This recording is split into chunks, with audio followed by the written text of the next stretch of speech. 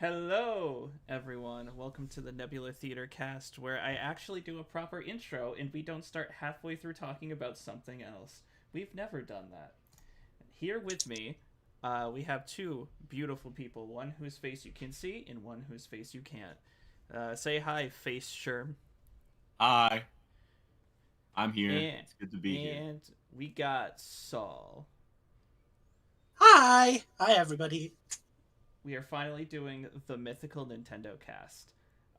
But unlike the other casts, we're not going to do a. I'm going to close my window because somebody just walked by and now I'm self conscious. Uh, Someone just sticks their head in from the outside. Hey, what's going on? Hello! there was one time it was so hot in my house. We were playing the Wii U, and my brother took the Wii U gamepad, went out to the window, and just played from in there because it was too hot inside. Anyway, a lot of stuff happened this week. Super Kazuma finally came out after what was it? Over 5 months between Car X. We're gonna try to make the next one not that long. It's already started production, and I think Saul and Sherm have seen a lot of what we're doing with it, and it looks really good. Yeah. We on Friday for members, there's going to be a behind the scenes video with Levi, Josh, and myself, and then tomorrow I'm gonna be doing like a chill or Q&A with members of the Angel Investor tier. There's a lot going on. There's actually some movement finally, and I'm in a good mood. I'm very excited. What I was saying before I cut myself off, we're doing this more ballot banter style than tier list or like slideshow because this has kind of been sitting for a very long time. Yeah, you can see the date is the 17th of Yeah. February, if I'm reading that right. It's the 3rd of February. Oh. So it's been a little bit. So we want to highlight every matchup instead of just one or another. Or Yeah, because it would select suck ones. if you were waiting for approximately 2.5 months just for us to not talk about your matchup. Yeah. We'll see. We'll see how everything goes, and I will try to not let my fucking autistic brain look over at the other chats and click something by accident, forgetting that I'm recording this screen. Anyway, All right. let's start. Zoro might be joining us later. He was supposed to be here. Something came up. He might pop in a little bit. The first one we have is King K. Rool versus Captain Hook. Nintendo versus Disney. This is a very popular option for K. Rool. This is K. Rool's great. K. Rool, unironically, might be the most likely Donkey Kong rep for either our show or Death Battle. And Hook is one of the big options for him at this point in time, I feel like. So, I think it really... what is like the overall idea behind this matchup? How would you cover Hook in general? Hook has a lot of actually extended media. Like, they have a lot of comics. There's sequel movies, there's spin-off TV shows. He genuinely has enough if you just stick with Peter Pan media. Does it come close to kind of what like K. Rool can pull off? I don't know what's typically bought for Donkey Kong scaling, because is the Moon Feet still viable? Yeah, the Moon Feet's always been viable. Do people scale Donkey Kong to the Mario cast? Some do, some don't. It's weird. Okay. I can imagine if you scale K. Rool to the Mario cast, Hook probably has a very hard time. Yeah, he does have, I think it's in the second movie, he gets a feat that gets to like billions of times the speed of light. Oh my god. By reacting to like him traveling to Neverland. Which, you need to be billions of light or something, I forget the feat. And physically, he has like star level arguments. This is just from Peter Pan franchise stuff?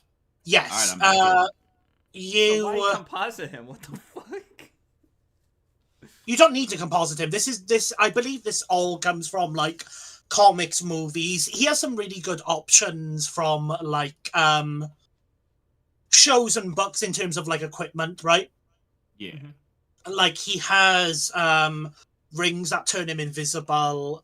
He has a thing called the North Wind Snowflake, which fires a beam of ice and was capable of freezing pure light.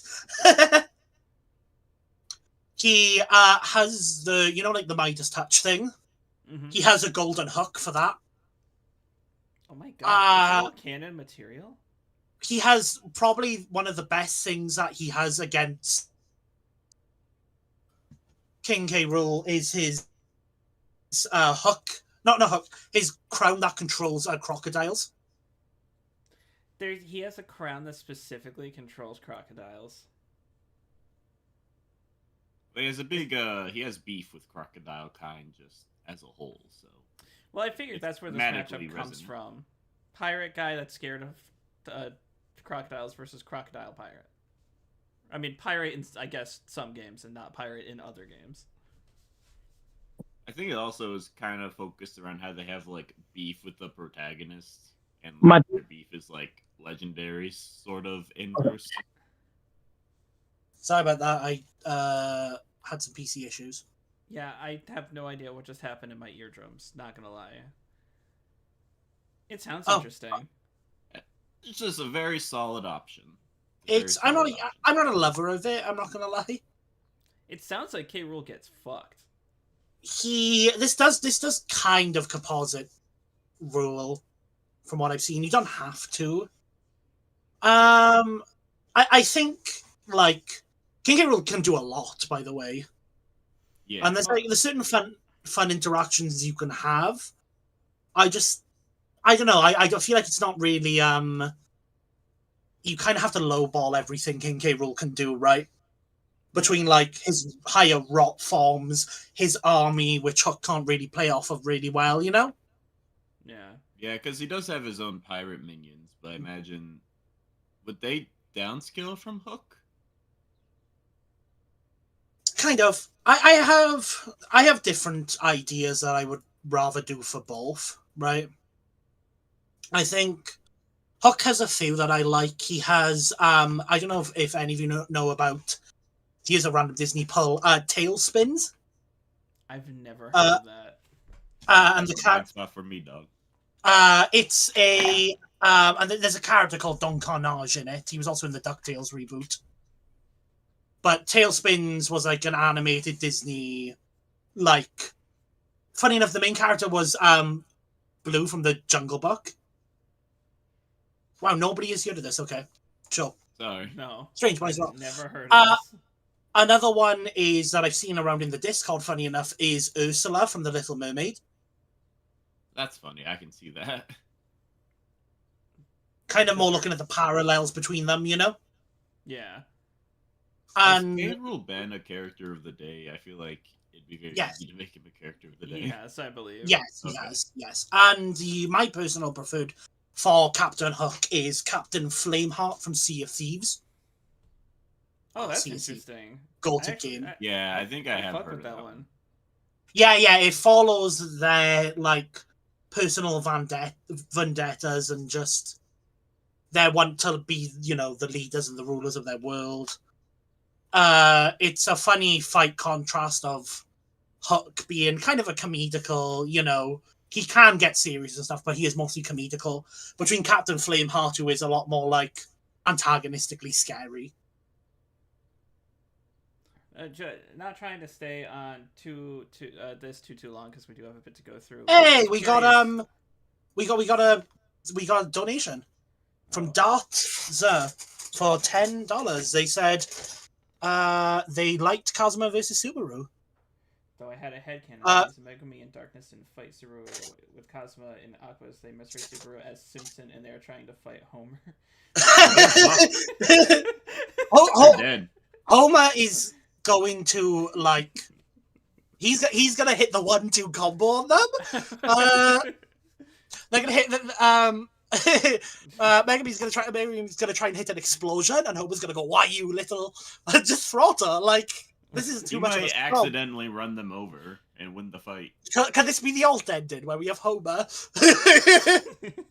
Homer's gonna make them do the Peter Griffin pose. Anyway. Thanks for your support. Versus Crash Thank Bandicoot. you very much. Donkey Kong versus Crash.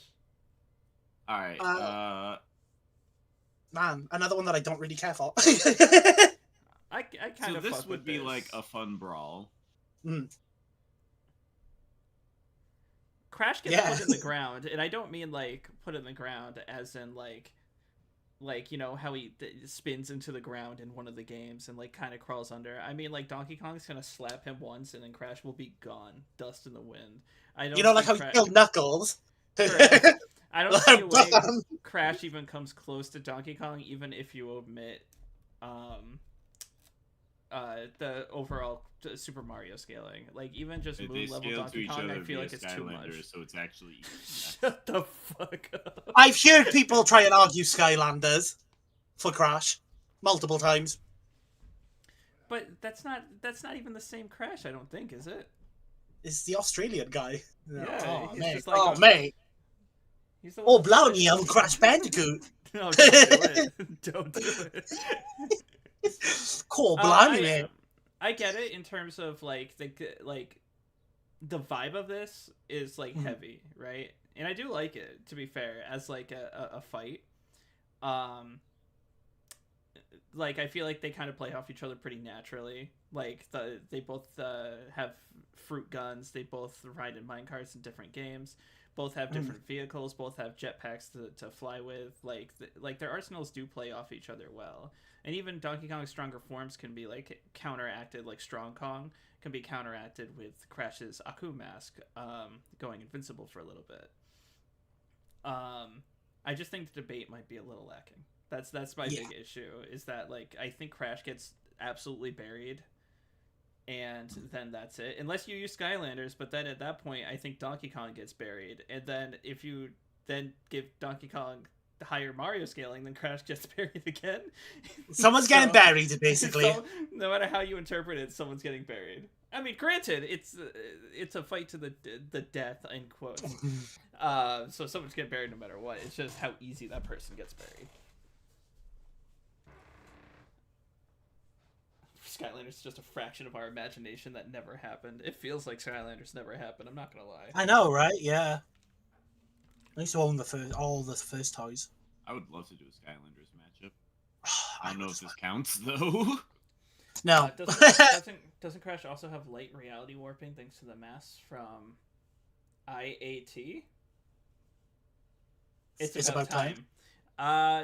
Would that be standard? So Probably. it's not. It's like because the mass he gets them in that game and then they disappear, right? And I guess he also gets a semblance of their power in Crash Team Rumble, but they don't work exactly the same. There's one that lets him slightly defy gravity, one that lets him kind of like bend the light structures, although it's really weird how that works because it doesn't work on everything. One where he Hi, spins a Zoro. lot and it lets him. I'm here. Hi. Hello. One that lets him spin a lot and like float in the air, and there's a fourth one I'm actually really struggling to remember. Because that game was horrible. Anyway, I don't know. I don't think Crash really has any advantages. Intelligence, because at the end of It's About Time, he's like, "Hello, everyone.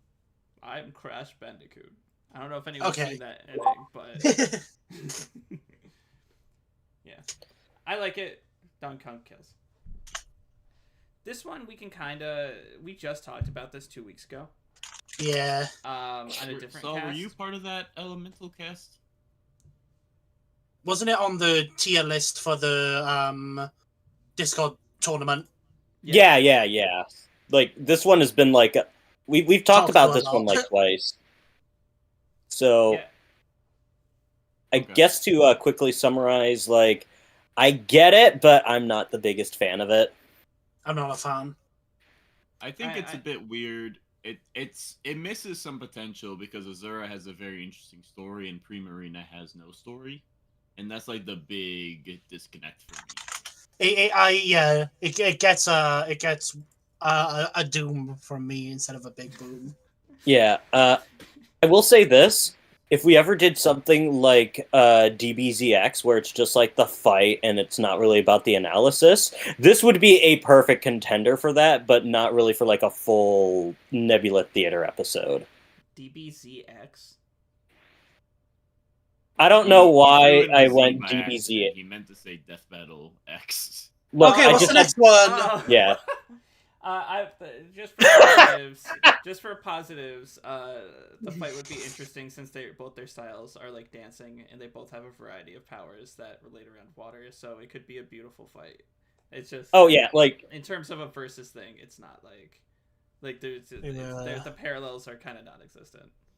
oh yeah, as terms of like fight dynamic, like the dance and not even like the musical aspect of like the different water manipulation and whatnot, like the animation potential is peak. It's just everything. It's just like it really is just the taking a character with a story and then pairing it up with a basic animal is just really holding it back.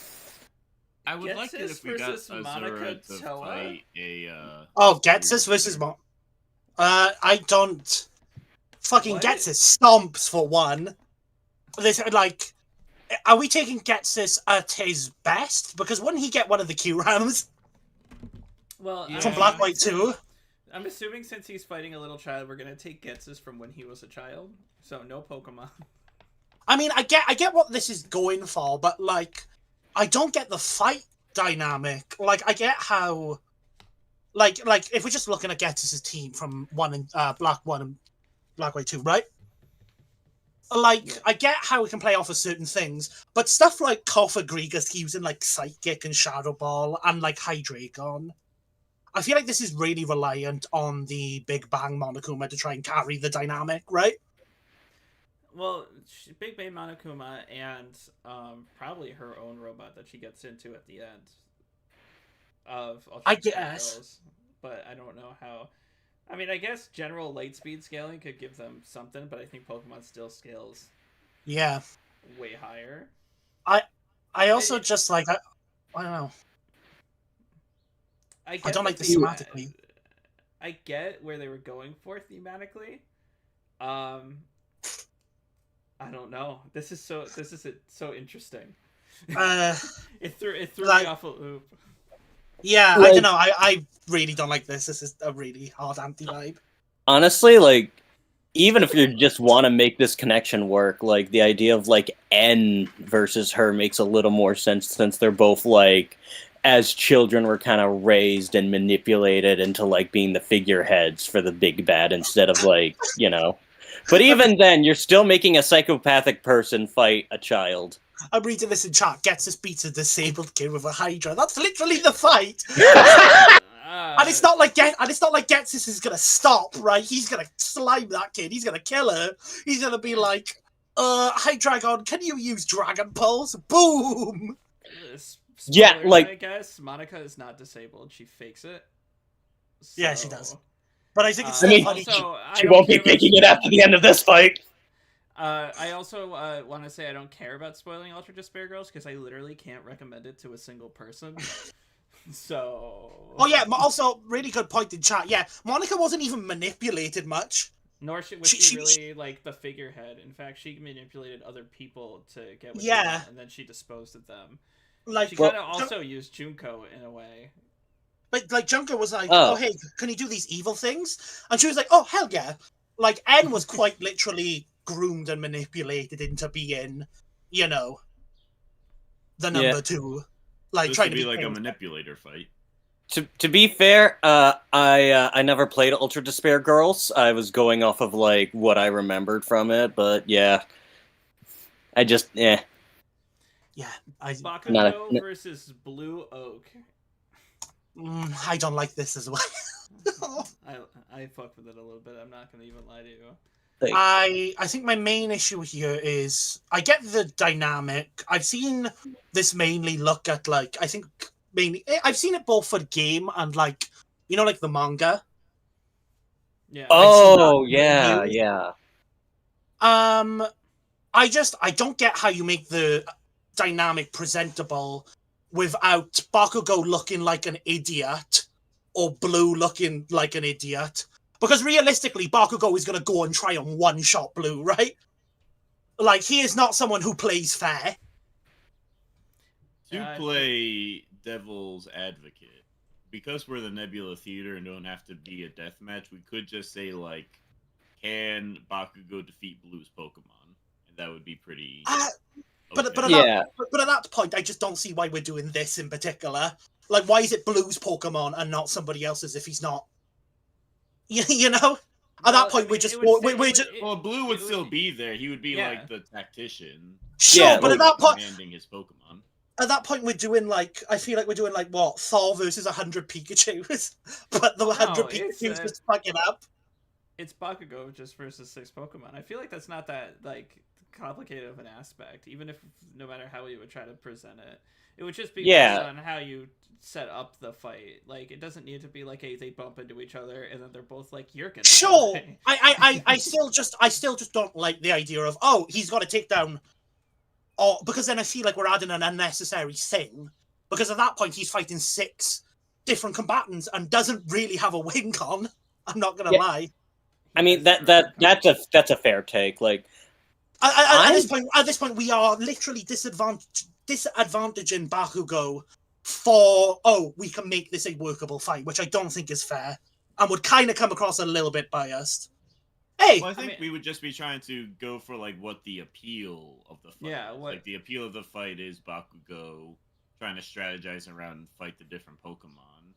I don't think saying like we're not gonna have him go for Blue Fright 1 is really. I don't think people would have a big issue with that. It'd be kind of funny to see Bakugo attack just this dude that's not doing much. That's not very in his character, but you know, whatever. I mean, Blue would be. I mean, if we put in Blue as a tactician, then yes, he would be.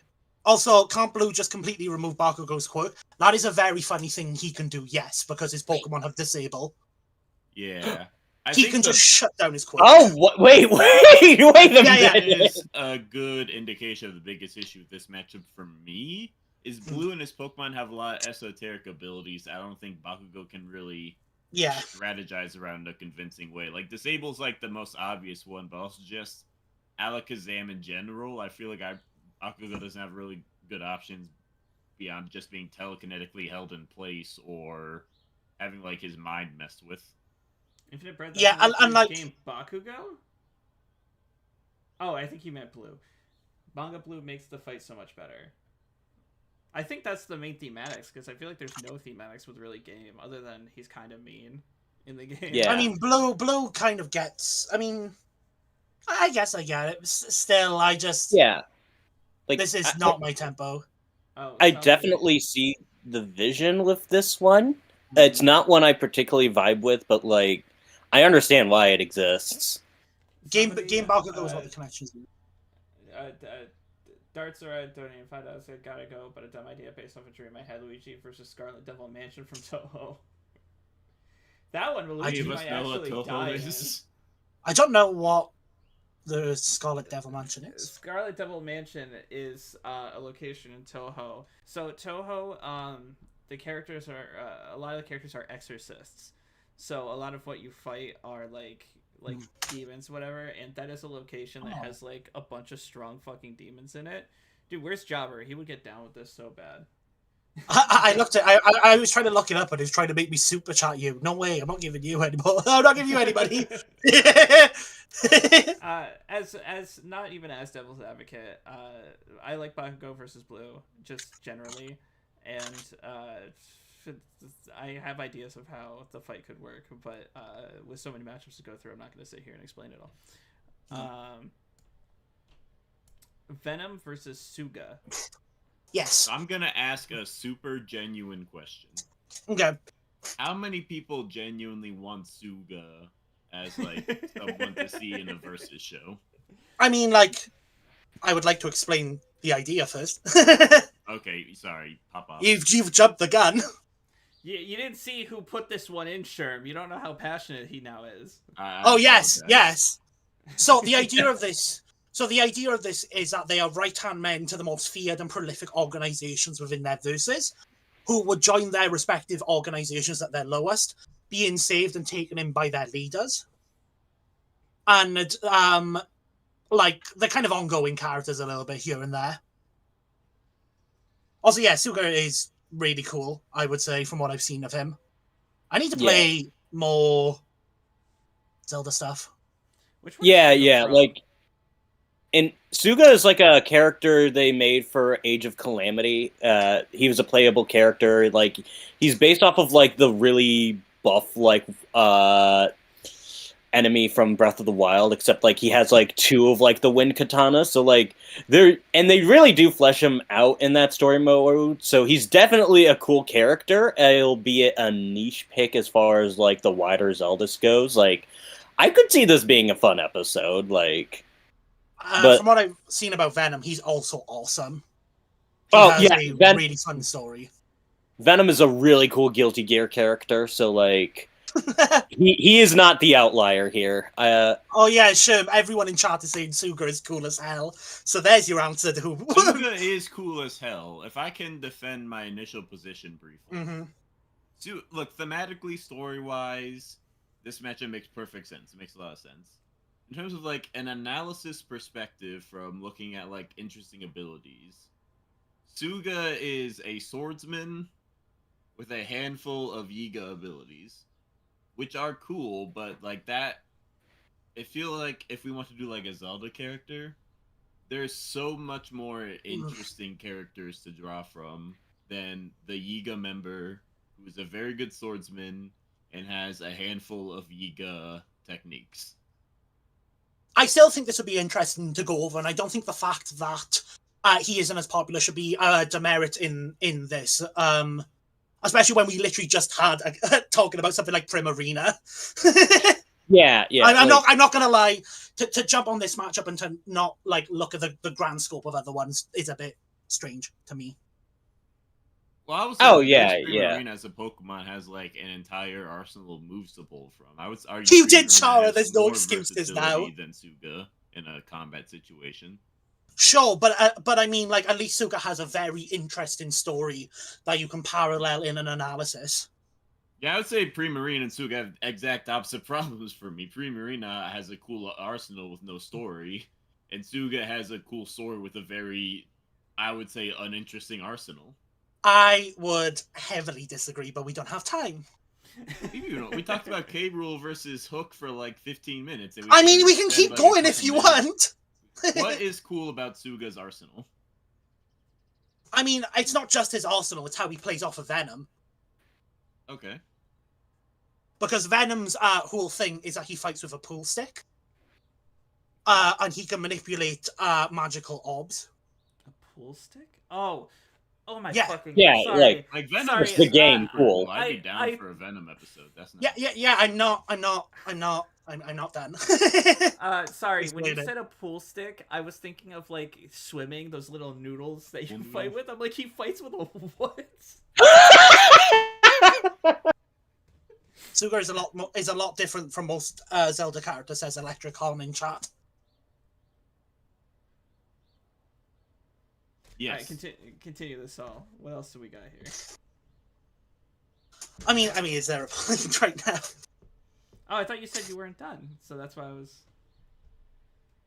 I mean, I'm fine to move on if we've got limited time. Oh, that's fine. Okay, no though, because I still don't really understand what the like. Give me just like spark notes the thematics for me, because I don't really understand. Oh, Venom vs. Suga? Yeah, because I don't know these characters. So basically taken into organizations at their lowest, like the most feared organizations of their versus making businesses off of assassins and killings. Being like incredibly loyal and devoted to their respective leaders, which I believe is obviously I think it's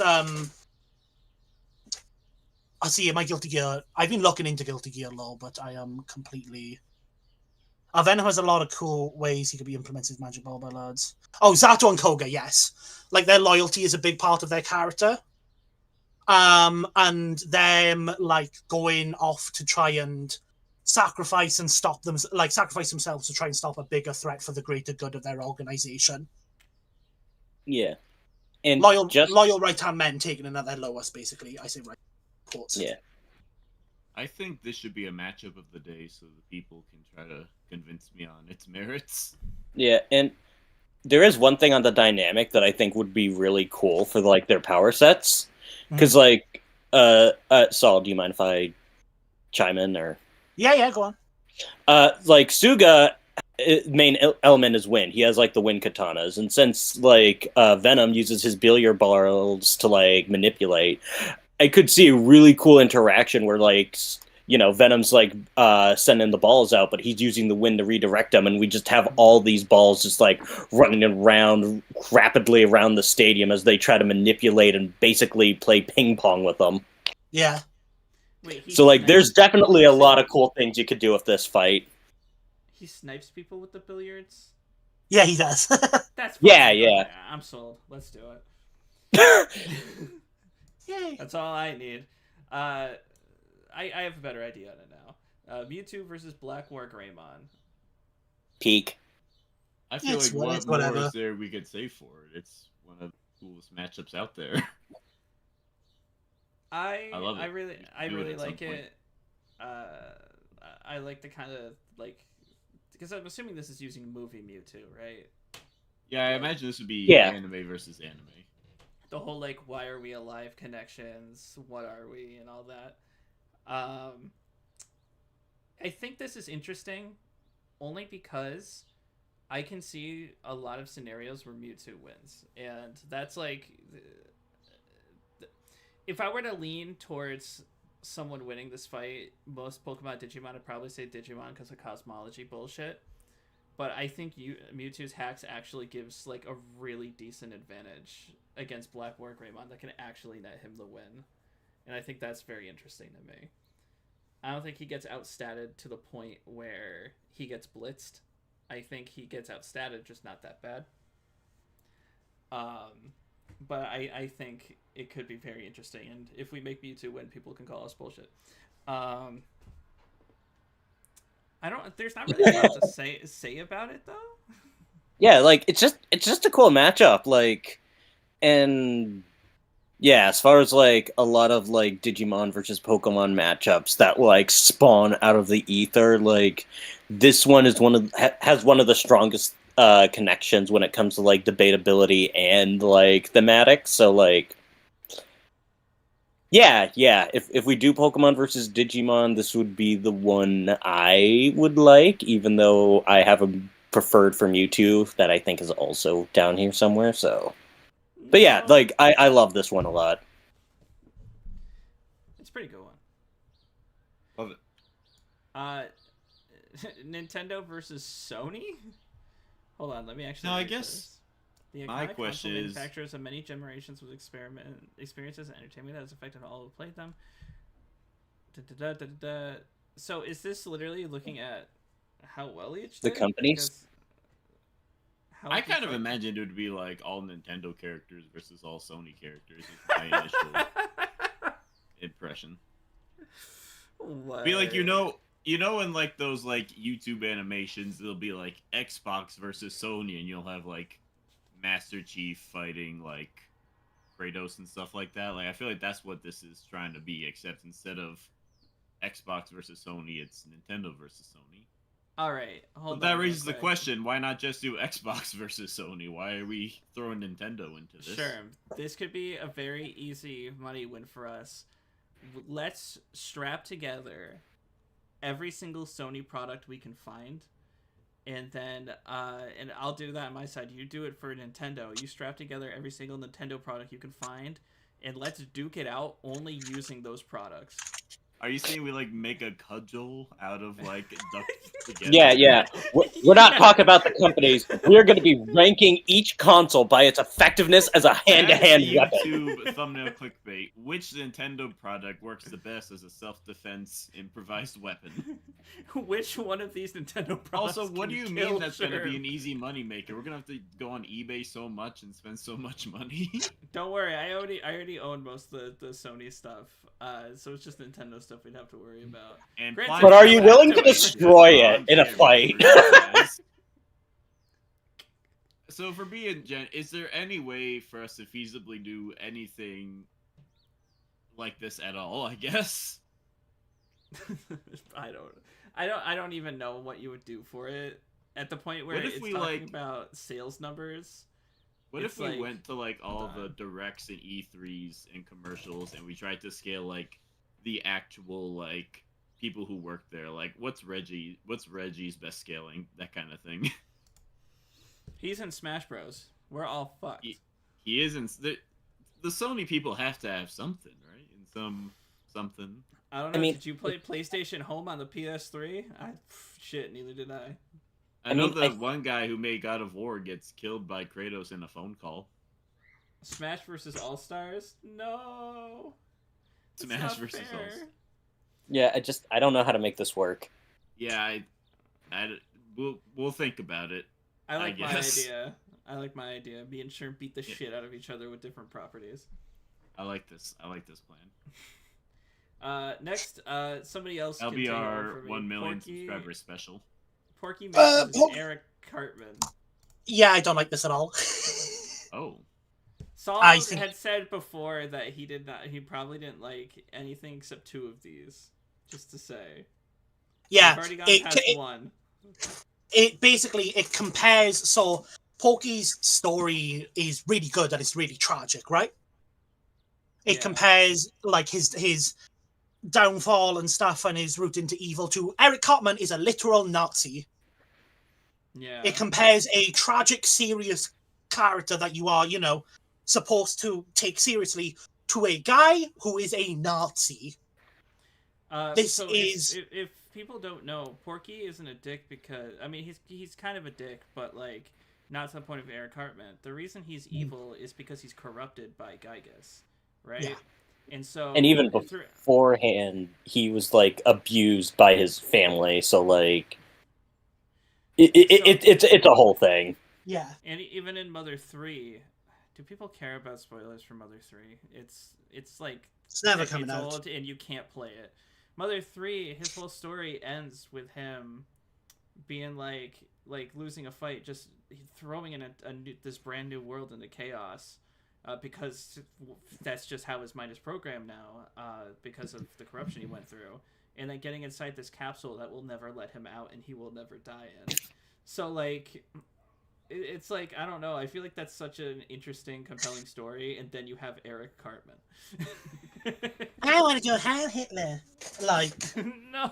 Why Why did that I'm sound so accurate? because I can do a really decent Eric Cartman impression. This just I'm trying to think of the word to say about this matchup, and the first word that comes to my head is like not one that I should say on camera. Jesus. It's not that bad. It's a strong word, right, for a matchup, and I don't care that much. I just feel like Porky doesn't need Gygas. Hold on. Somebody said Porky shouldn't get Gygas. He doesn't need it, alright?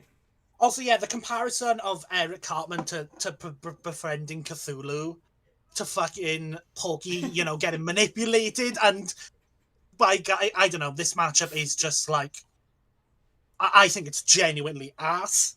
I feel like if we want to do Eric Cartman, we have Master Shake right there from Aqua Teen Hunger Force, Never seen which it. I think is a way better, way funnier matchup.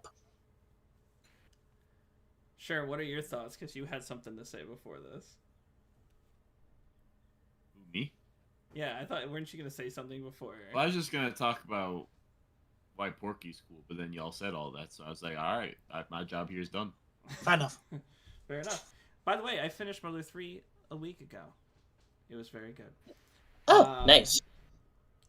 Yeah, I don't want to keep shitting on this matchup. Lucina versus Grovile. Fire Emblem versus Pokemon Mystery Dungeon. I should probably can I unspoiler tag something? Oh, I fucked up. I'm sorry. You just click on it. You just click on it. No, it's not going back. Oh. Ah! Okay, whatever. Lucina versus Grovile. To try and travel. Just scroll down until only the Click on the picture is thumbnail. you Just and click on the then Just click on the There we thumbnail. go. What is this Lucina render? Why does that look so good? I think I it's probably think from one of the that's- more recent games. Like Lucina's been in like almost every game that's had a crossover since 2010. I think that's a render from Fire Emblem. Oh gosh, what's the one where they summon them as spirits? I think that's Fire Emblem Echoes. No, Engage. Echoes is the remake. Engage is the one you're thinking about. The one with the Cole Gate. Yeah, and the Engage, protagonists. I like this Lucina- matchup. I do like this matchup as well. Lucina has a lot of good options. I also like Estelle, but that's not on here. So Lucina versus Grovile.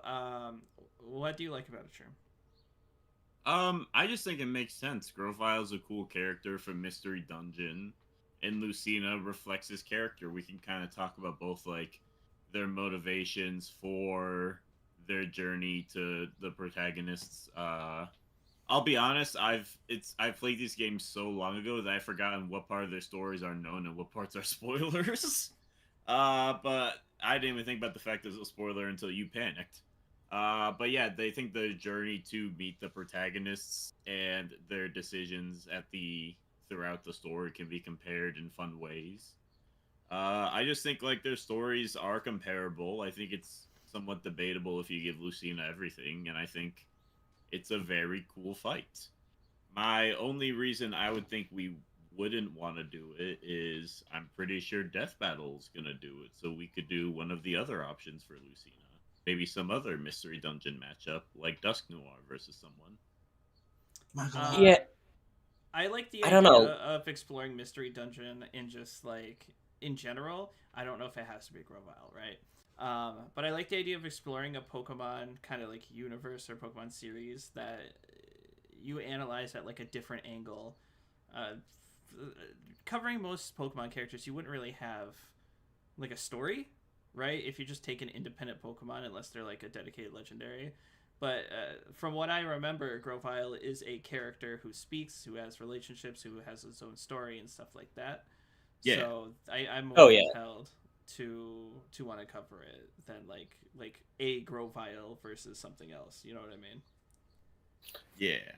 Yeah, there's definitely an appeal for like using some of the more standalone Mystery Dungeon Pokemon, since it gives it a lot, because they have their own characters outside of like something like I don't know, Rathalos versus Charizard, where you're just kind of looking at like two species going at each other. This one captures a different flavor, and you know, if we're trying to dance around the spoilers around these two, they definitely do have some cool parallels. I think the big thing that holds it back for the potential for Nebula Theater is that Lucina has a lot of good competition, and heck, even Grovile has some other alts, like Claren from Rivals of Ether, that could be used for it. So it's just a matter of, you know, would this one have more to warrant doing this over other options?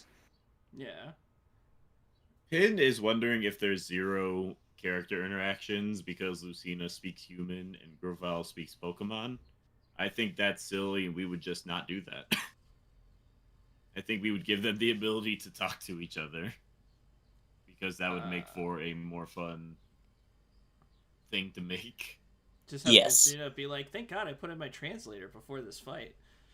I did see one really funny joke where it's like a comic panel where like we see Grovile giving like this really badass epic speech about how he's gonna win. It's like 3 panels of awesome one-liners, and then the final panel, it's Lucina being like, "I get it, your name is Grovile." I think that one was really funny, but we episode.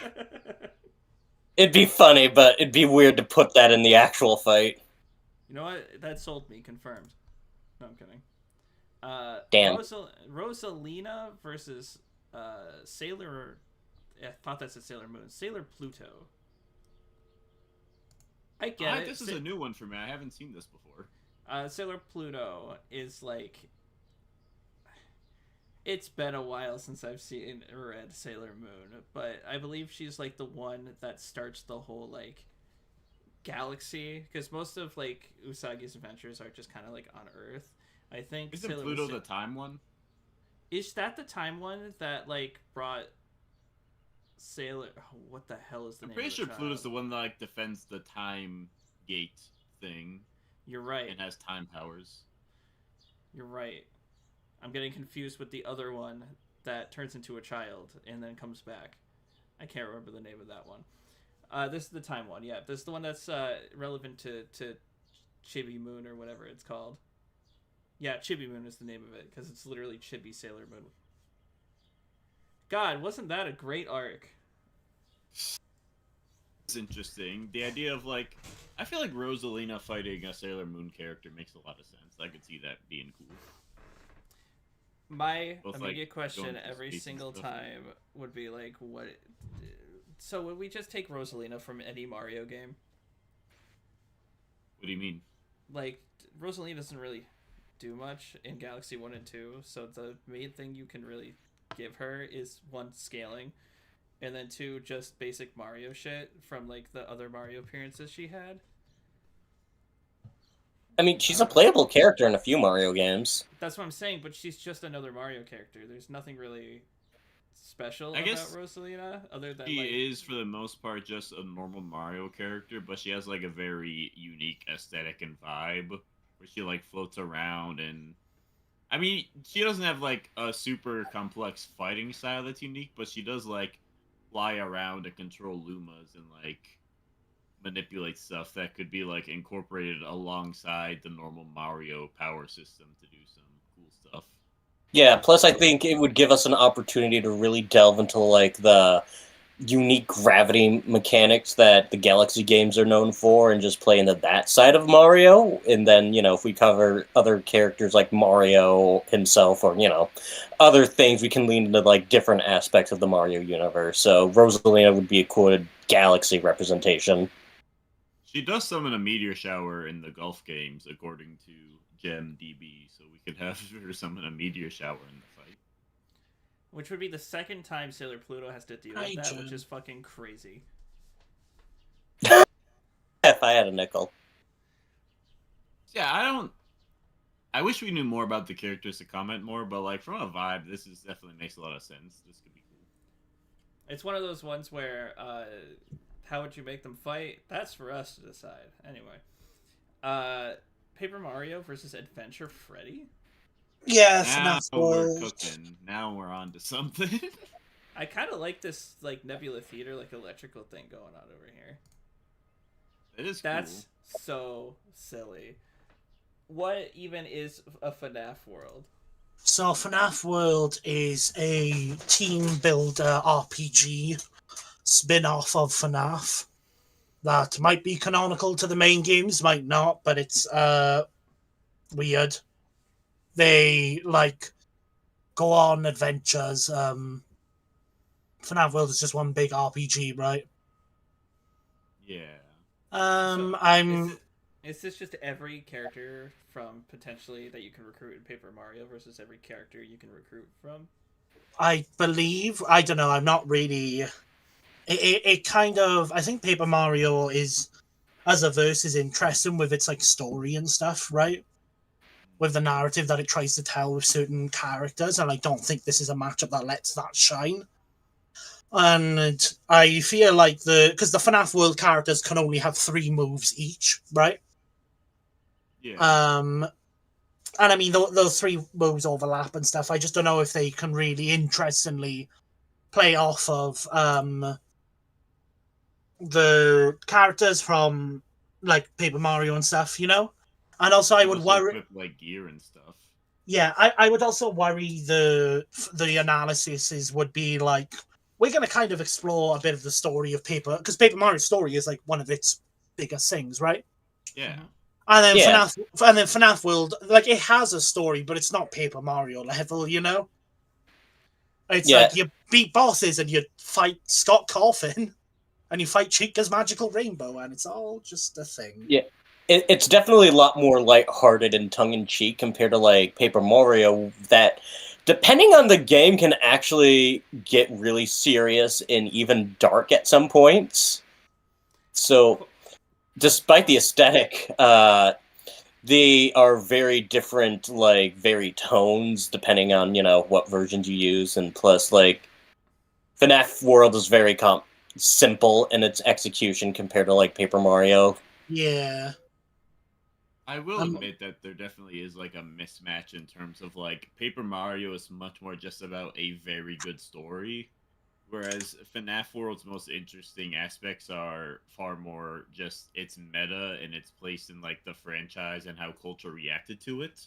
Yeah. But the thing that appeals to me about this and why I'm kind of interested in it is a lot of Paper Mario matchups are 1v1. It's like Paper Mario and like a couple of his items against another single character.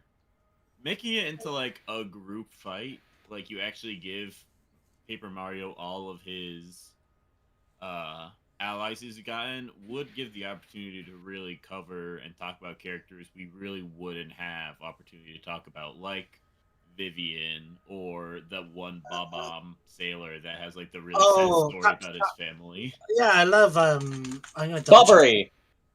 Yeah. We could actually like we obviously wouldn't have time to talk about all of them. We could like pick out a couple of favorite ones, be like in this character, and explain their deal for like 20 seconds, and I think that would be really cool.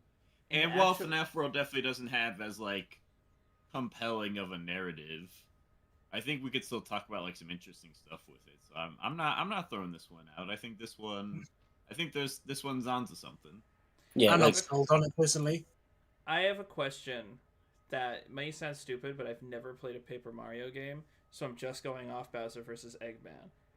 Is Paper Mario canon to every other Mario game like they said it was? yes and no. Yeah, it's weird.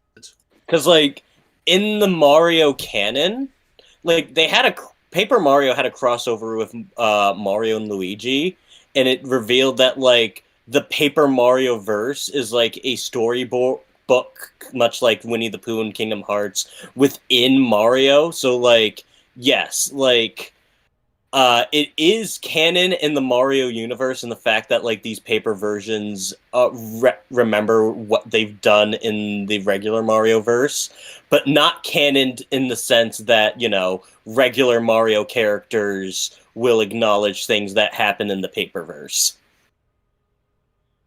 Interesting. Paper Mario is canon stories told through a storybook. Yeah. Interesting. Ultimate Life Form Shadow versus Mewtwo. This is a very well-known matchup. I have several times talked about how much I love this matchup and how much potential was missed when it was on Death Battle. You know, the thematics are really great. These two creatures designed to be like the ultimate versions of themselves. You know, Shadow the Hedgehog wanting to like be the ultimate life form so that his disease immunity could help cure Maria, and then Mewtwo being just created just as like the perfect weapon, and them having like their connections to like, you know, these other individuals in similar situations of like being isolated, you know, Dr. Fuji's clone daughter Amber, and then, you know, obviously Maria with Shadow, having those people taken away from them in their captivity, and then having that resulting them becoming jaded at the world who forcibly made them as they wonder their own place in the world before finally coming around to like realizing that, you know, just because you were kind of creative for a purpose, you can't let it define you, and that you can make your own destiny and truly discovering what makes life great. Like, it is a great connection and story, and like,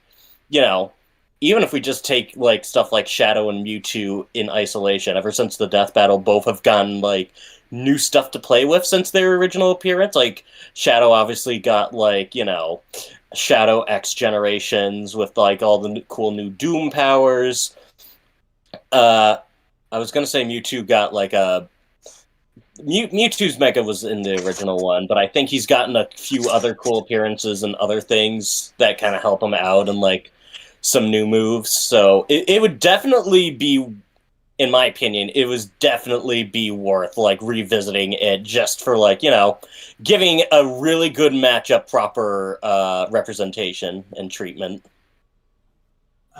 I think it's a fine enough matchup. I do agree with Pin, where it's like, it's really good. Does Nebula really need to do it? Not really. Let Death Battle fix their own mistake. No, I'm kidding. I don't know if this is one that we need to specifically do. I will say, when the topic of Mewtwo comes up on what opponent will do, it is so split that it's going to be a very interesting conversation. Granted, I'm not confirming anything. Or Mewtwo just might not get on.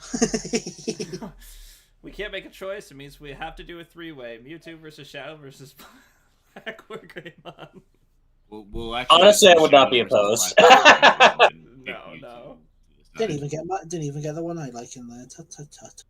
Anyway, I think Shadow.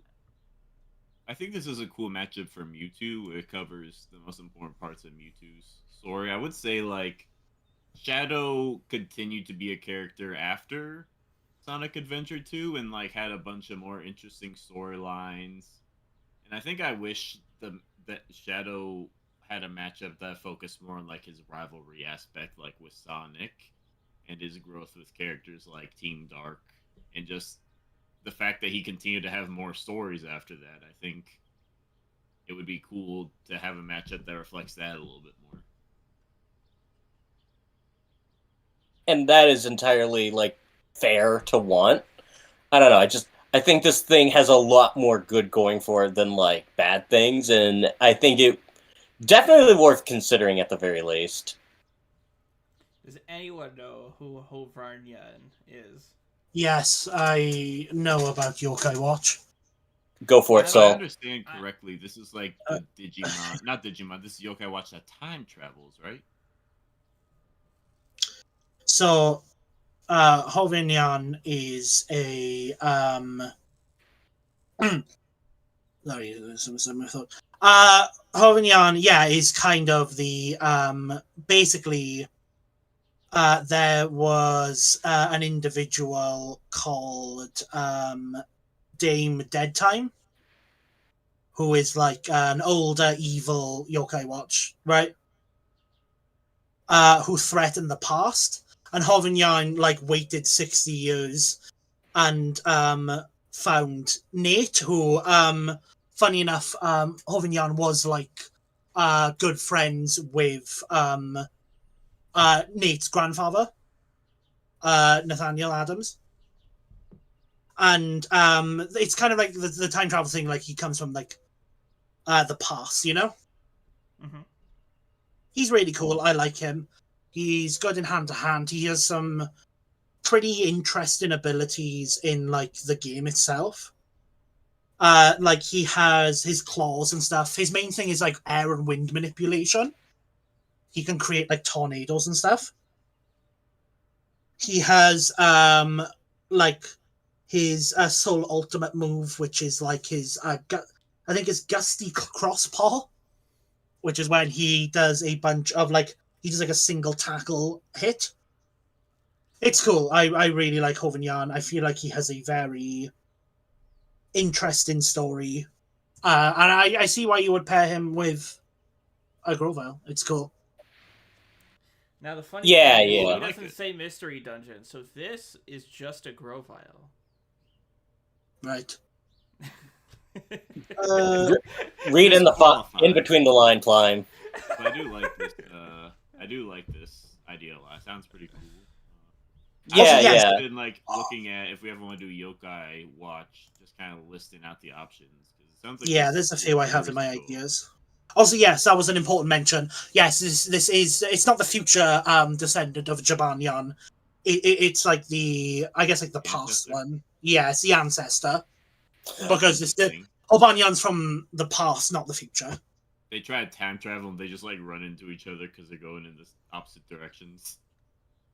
Honestly, like that is actually a really interesting dynamic compared to like a lot of other similar matchups like that focus on like the time traveling stuff like Silver versus what's his face? Trunks, where one's from the past and one's from the future. That honestly gives this a lot more of an identity than like other ones. And honestly, like this is just another reason why like it's gonna be really hard to do like Grovyle versus Lucina because like both have other really great options that kind of like delve deeper into what makes themselves better.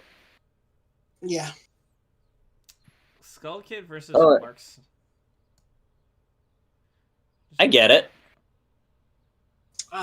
This is kind of another issue where I have where it's like one of these is a character who, deep tragic backstory, and then Marx is a silly little guy who, is gonna fuck you up.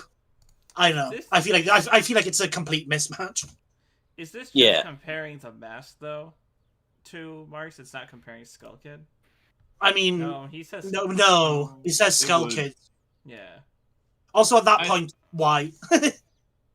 I think this matchup is a little weird to me. Because, like, Mark's whole thing was, like, he was pretending to be, like, an innocent guy so he could, like, trick Kirby and get power. Yeah. Whereas, like, Skull Kid kind of just mischievously happened into getting Majora's Mask, and then, like, the mask corrupted him. And then, like, Skull Kid is your friend by the end because, like, it's that fantasy thing where even though he did bad stuff, none of it was his fault, so you can kind of forgive him without too much effort. While Marx is like kind of it's like a Vegeta thing where like he's evil, he gets that power forever, you kill him because he's doing bad stuff, and then he proceeds to help you with some other villains until like you're kind of just like, all right, you've helped us fight bad guys enough to be like somewhat semi kinda. So it's like there's very vague similarities, but they're not really similar once you start actually talking Yeah. about it, I feel like. Yeah. I feel like this one falls into like something I see a lot with like characters who are known for like either reality manipulation or just like, with Skull Kid with the moon, just like, celestial body manipulation and like these grand magic characters. People really just look at like the power sets and the vibes of the reality warpers instead of like the themes they have. So like on the surface it makes sense, but when you dive into their characters, you start to, things don't really line up as well as one thinks they would.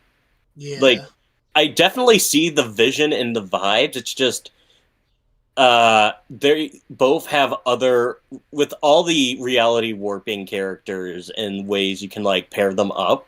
There are definitely better opponents for both of them if you wanted to do something like this. Yeah. I think it'd be fun if you slammed the moon into the galactic nova. That'd be fun. And then the moon just immediately evaporates, and whatever. King Boo versus Dark Lord. Mario versus Miitopia. This one. I was not expecting the Miitopia rep. That's fun. So the only reason I am vying for this. Hold on. Why do you have a white line here, huh? There's a problem here. You didn't form fit this. 0. How do I give you a 0 emoji? No. This was character of the day one day, and he says it here. And everyone got around the idea on the Discord that if we ever did this, the face of the Dark Lord needs to be mine. Yeah. All right, I'm sold. Let's do it. So that's kind of like that. What sold me. I think this could be a fun idea. I just don't know enough about Miitopia as like a thing. I mean, I played Miitopia. It's a pretty. The story is not super complex. It's a very. I don't know if bare bones is the right word, but it's a very simple like. You and your me. The Dark Lord has stolen everyone's. I think he stole their faces. Yeah. So he steals the faces of everyone, and you get to make an RPG party out of your family and friends and other fictional characters you've made into Miis. And then you fight them and give them character classes. And then at the end of the game, you fight the Dark Lord and you save the day. Yeah. It'd be a bit tricky to find a super thematic one for Dark Lord, just because I feel like he's not supposed to be a very iconic character. I feel like he's just like a fun game.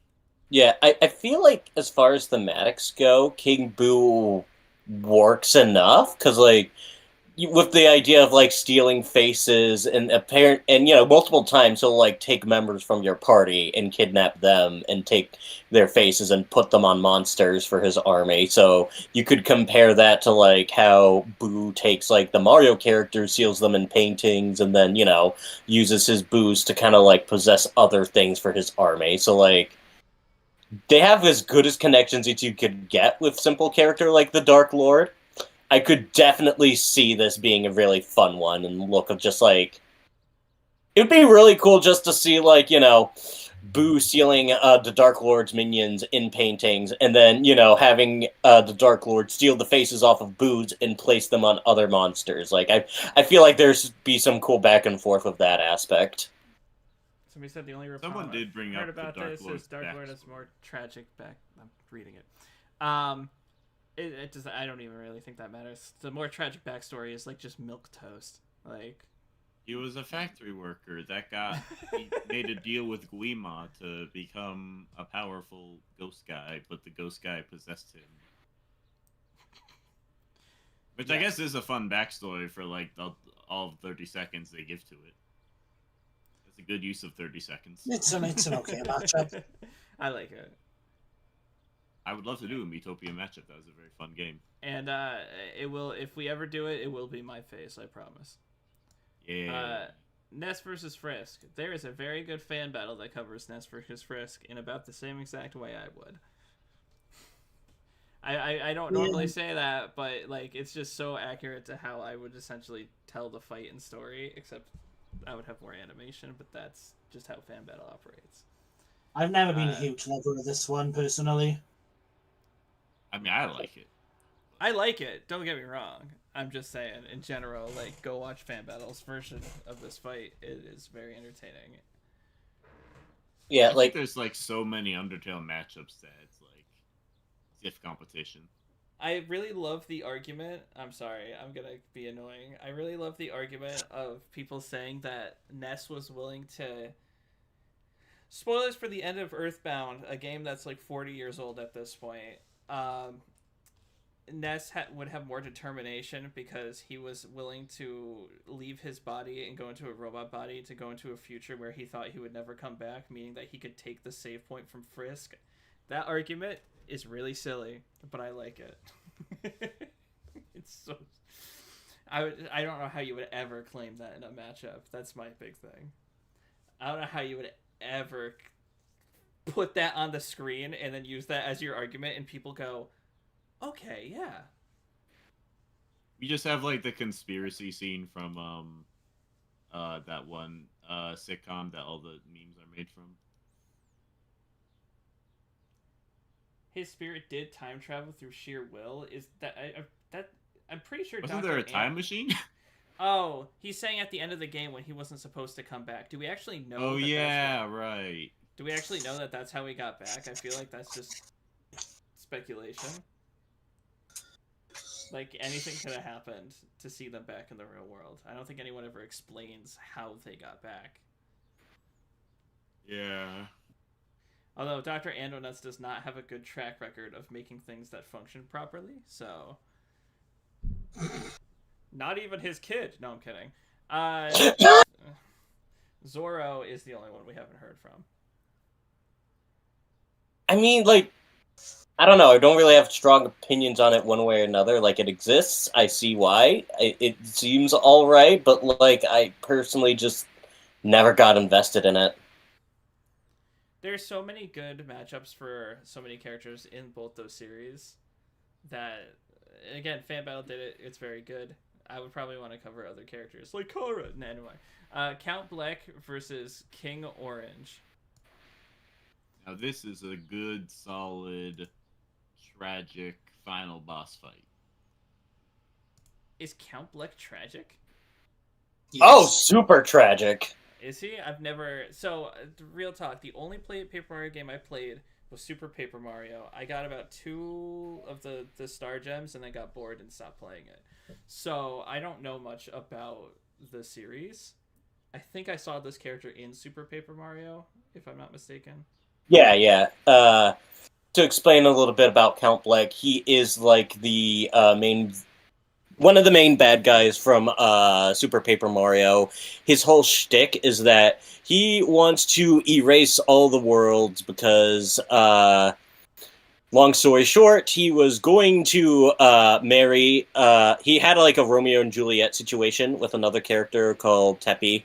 And he was believed that his wife had died tragically. He got into heartbreak, and he basically went, I am hurting so much that I'd rather just destroy the world than anyone ever feel like what I feel like right now. And eventually he comes around, but then he gives himself up in order to help make amends to things, which kind of plays also into the Orange King with how he kind of blames Minecraft for the loss of his son, but soon comes around to why that was kind of after he works through his grief, kind of realizes, wait, maybe this is not the healthiest use of my time or energy. Okay, can someone explain what Alan Becker is? You just said the sentence, he blames Minecraft for the death of his son, and out of context, I have no idea how to take that. What is Alan Becker? Okay. This is a series where... So, the Second Coming, however, the one everyone wants Henry Stickmin to fight? Yeah. Oh, it's that animation versus animation? Yeah. Okay. Is Alan Becker part of the series? Yeah. It's the name of the channel at the very least. It's the name of the channel in universe. Is kind of the Orange King comes from a side series of the animation stick people going through Minecraft and fighting through there, and the Orange King is one of the stick figures that are trying to destroy the game just because again I don't know the exact details. I haven't seen it all, but from what I know, the son was a big fan of Minecraft, and then something related to it just he caused his death, and then he kind of grieved and thought the game was responsible for it before he realized how insane of a take that was. I feel like I need to watch this series. That sounds really... Yeah, it's a fever dream. But yeah, I really like this one. Did Count Bleck also lose his son? I honestly have no idea how... I don't remember what he lost. He lost something. His lover, I believe. His lover, yes. Yeah. Pencil. He lost his lover. And... and then both of them work through their grief and then realize, oh wait, maybe I kind of misunderstood what was going on. And they find reasons to keep going, except for Count Bleck, but that's a spoiler. That's very interesting. It's kind of cool that you have this Mario character that typically they don't have super dark or compelling stories, that you would have something that actually could parallel it. I kind of like it. Based on the conversation. I don't know what the debate is like, but I kind of like this in concept. It's pretty close. It's pretty close? Yeah. I like it. We were planning on doing the Asriel versus King Orange cast. I think in this week or next week, so that's fun. Cross promote. Wario versus Flintheart Glomgold. That's his I really first like this name. poem you wrote for the matchup, so you should Money. maybe get into songwriting. Oh, actually, let's let Saul soliloquy this for us. No. This is literally your matchup. Yeah, you wrote this. Yeah. So I'll change his mind. He doesn't like the matchup anymore. Oh, do you? I thought you meant read out the thing. No, I mean, I feel like I've talked about this on a few different casts at this point. I feel like a lot of people know about Wario. Maybe you could remind the people about Flintheart a little. Use the fix thumbnail. I fixed it for a reason. What's wrong with that one? Oh, yeah, I see. Yes, you see. So, Flintheart Glomgold. He has a couple of different canons, right? Yeah. But the most popular one that you would know him from is his DuckTales 2017 appearance, where just like Scrooge, he got started out as a little humble boy trying to make money, right? So Scrooge got I think he got his shoes shined by him.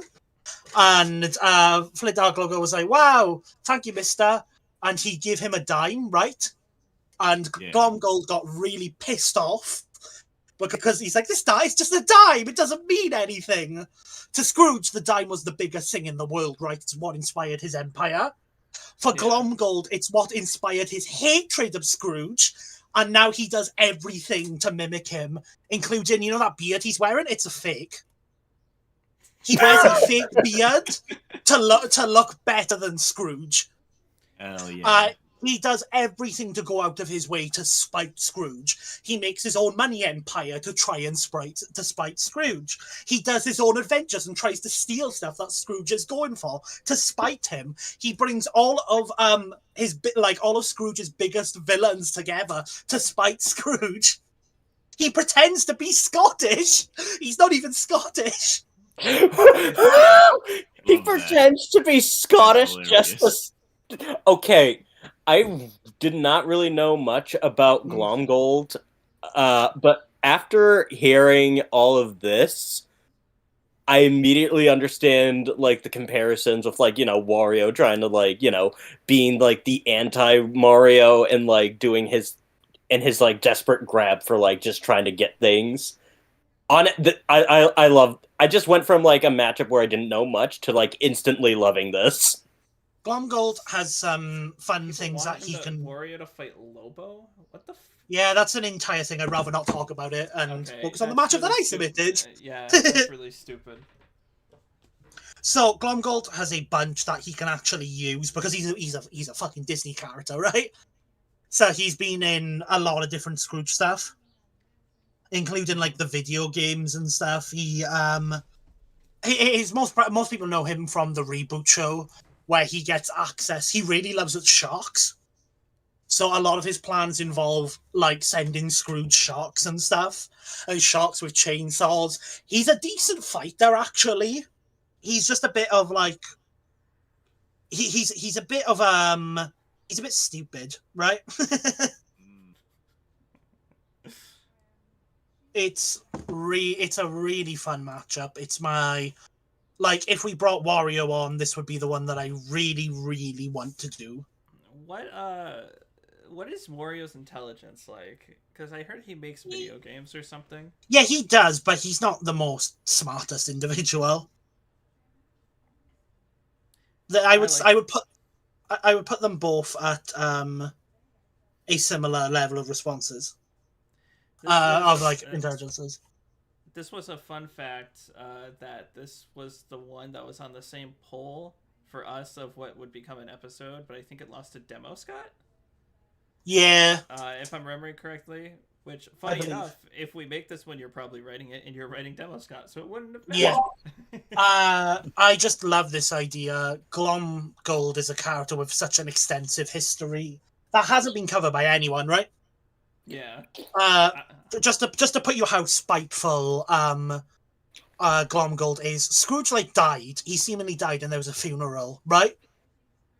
Everyone was sad. Even a different character who is undercover, pretending to be Scrooge's ally when he fucking hates Scrooge. He shows up to the funeral and says, "Oh, I'm so sad about it." Glomgold comes in with music, a shiny suit, glasses with I think they're dollar bills, and starts waving money everywhere during the funeral. Goes up to Scrooge and starts dancing next to his dead body, or what he believes to be. Jesus. Wow. That's a hater. God. He is so fun of an antagonist. I would absolutely love to cover him, especially against Wario. Wario's fun in himself, but you asked me to explain Glomgold. Well, everyone knows Wario. Yeah. It's like Solid Snake says, if everyone knows Mario, everyone knows Wario. That's not a real quote. Kagurabachi, isn't he on Fanbellcast? I recognize He is. Yeah. He's the regular. Noah and Mio versus Titus and Yuna, Xenoblade versus Final Fantasy. I don't think there's a way to explain this matchup without going into immense spoilers for both. I mean, at this point, sometimes But if you know the stories, you know why this matchup exists. I mean, you've had your warning now. I guess meet the cast if you care about spoilers, but can you explain? Alright, so, Clive knows about Yuna and Titus. I don't know if anyone besides me knows about Noah and Mio. And I only know a little bit about Noah and Mio. But the way I understand this matchup is that they're both duos who fight together in RPGs, all that. Mio and Yuna, if I understand correctly, have the majority of the connections where they are both destined to die very soon after the story starts, and the story is like their love in spite of that. And they also, I'm trying to remember the connections. I think they're the children of very important people of their organizations. And I believe the story also ends with Noah and Titus being like forever separated from Mio and Yuna, but they've assured a way for Mio and Yuna to continue living. But then the sequel, Noah and Titus just like come back, so it's like it's chill and they get to have their fairy tale happy ending. It's just a very similar story of like hope against unbeatable odds, sacrifice, lying to each other, all that, but then like it all works out at the end. I wish I remembered Xenoblade Chronicles better, but there is a lot of parallels to their stories, and this matchup does make a lot of sense. I think with the way Xenoblade Chronicles works is it kind of has to be a 2v2 because a bunch of their powers are like locked behind like teamwork abilities and stuff. Yeah. Yeah, especially in the third game where like they confuse into like a kaiju mech thing. Yeah. Yeah, this matchup, both makes a lot of sense. I don't know if there's a ton else to talk about, but yeah.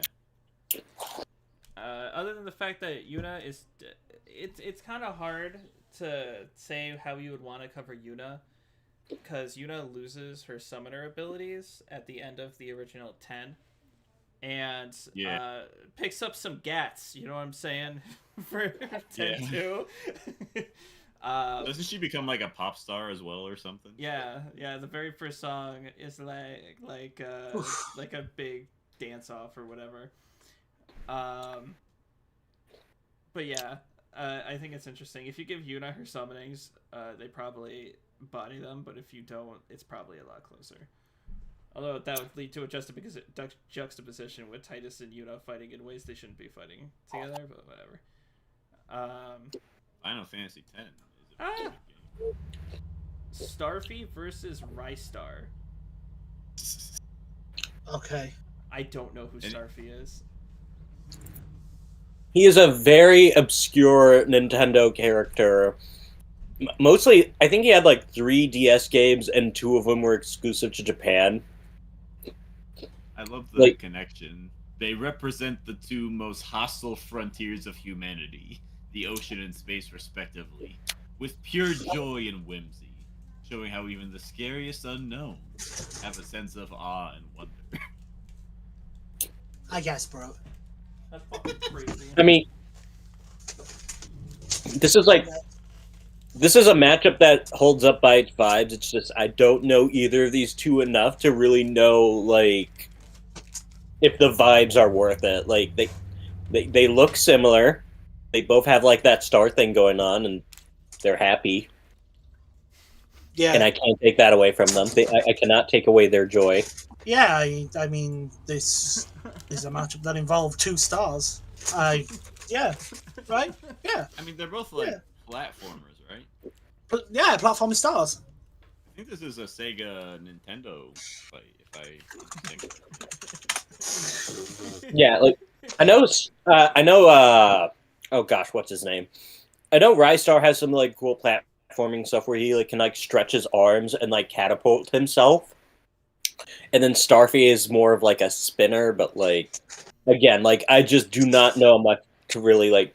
I feel like the make or break for this one with me is if how the dynamic would be with like their abilities.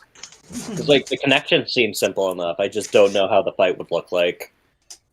I hope the fight is really bloody and No, beat up. Not earthly death battle. I want Starfy to the death to be Starfy to lift Rystar above the head and rip him in half. No. Pull up Conquest. We've just talked like about this one. We talked about this one so... before.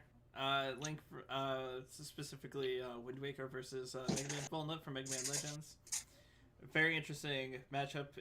As soon as I learned about it, it catapulted into one of my favorites because I am a Mega Man and Zelda nerd, as Saul would probably tell you. Yeah. They both have very interesting arsenals. They both have very juxtaposing stories about flooded worlds and humanity and yada yada. It's pretty good. We've talked about this. It's really good. We talked about this like 3 times, which is why I'm kind Yeah. of I think. past it. Yeah, the last thing that I would say is like, I feel like Volnet needs an episode that actually, you know, looks at his story. Because from what like treats him like an actual character. Link, you said? No, Volnet, because of the Oh, VR, the Battle Royale. I kind of feel the same way with Link. I would like to cover a specific one rather than trying to cram every single Link into like just this generalized story. Yeah. Because I feel like a lot of them have very distinct personalities that kind of get just... Yeah, they just become the stoic hero. Yeah. Yeah, I like this one. It's a great way to cover like 2 versions of iconic characters that really don't get a lot of attention in the versus space. Also, we can still put the title as Link versus Mega Man, and it would bang. True. Views right there. Dragon Knight versus Yoshi. Pokemon versus I Mario. guess. I also want to see 2 of Nintendo's most adorable dragons. Yes, Yoshi counts as a dragon. Fight to the death. I thought this matchup was kind of mid, but it started to make more sense the more I thought about it. Dragonite is one of my favorite Pokemon. Plug to the most random thing ever, my Pokemon regional ranking, where I rank all my favorite Pokemon. Plan if we gotta do that Hoenn ranking at some point. Oh yeah, we should do it. I love Dragonite. Dragonite's interesting because, similar to Yoshi, it will, like, find stranded people and save them, and it does live on Dragonite Island, where it has, like, an island full of Dragonites that's, like, mythical. This is kind of interesting because they are both, like, very iconic to their franchises. They are both dragons. They both have, like, this whole... Like, they can be... This is a little weird because I think the biggest difference is Dragonite has this, like, legendary status of being, like, super powerful and potentially dangerous if not handled correctly. And Yoshi has, like, the potential to be dangerous, but I don't think Yoshi's ever held up as, like, yo, this crazy, powerful dragon guy on this island's hanging out, so be careful. He's just kind of like a homie. But I certainly do get the vibe of, like, iconic Nintendo dragons that help save people and have the potential to be, like, some of the most powerful in the world. I think there's definitely a lot going for this matchup. It makes a lot of sense. I mean, do people really consider Yoshi a dragon? I thought he was more of a cartoon dinosaur. He evolves from the Dragoneer. Don't you remember? He goes to Team Dragoneer Yoshi. I think Flames. I was gonna say. I was wondering how many people actually got that. That was fun. It's the damn April Fool's thing that they did, where it's like if you evolve, if you do these things, Dragoneer will evolve into your very own Yoshi. Wait, is that why this matchup exists? It might. It might. Oh my gosh! The matchup does make sense outside of that, I will say. I think the one thing I lost my train of thought because of this whole... Yeah, so Yoshi being a dragon is actually a contentious topic. There have been, like, forum debates on dragon or dinosaur, and they source different, like, specs of lore to see is he a dragon, is he a dinosaur? It's a whole debate thing. Maybe it can be Yoshi versus Charizard. Are they real dragons? Is the question. We got 2 Arceus matchups back to back. The first one is Arceus versus Ultraman King. I don't know. I don't really know much about Ultraman, unfortunately.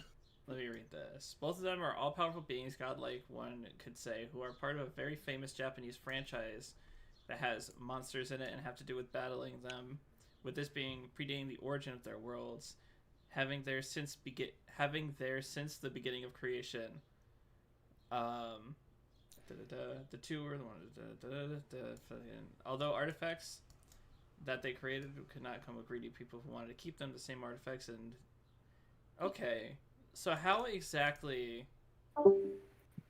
isn't Arceus like all powerful? Do like dark side type thing where you don't even see its true form? Yes. Yeah, like in the most recent in Legends Arceus, it was revealed that the form we see is just one of his 1,000 arms, and we don't even know what the true Arceus looks like.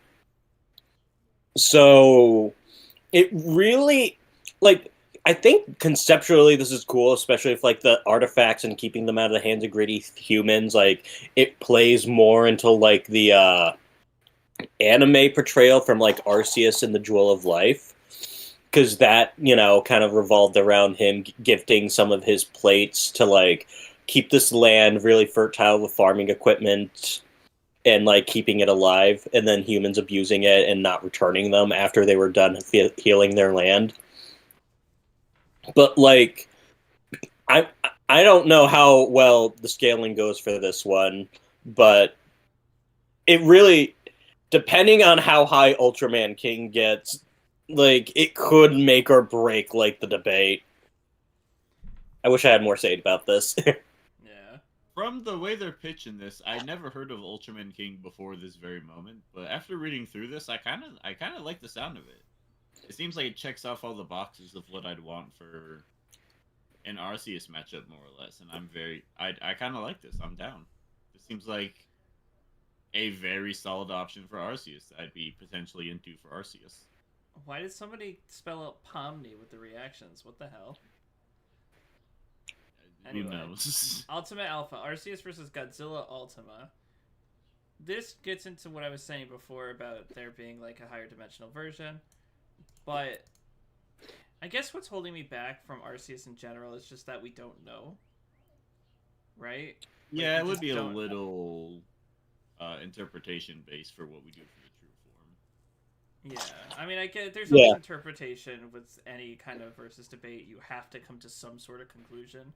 But in Arceus' case, is like this all-powerful being that should scale higher than literally every other Pokemon. Is actually could be millions to billions of times stronger than what we know because of whatever its true form could be.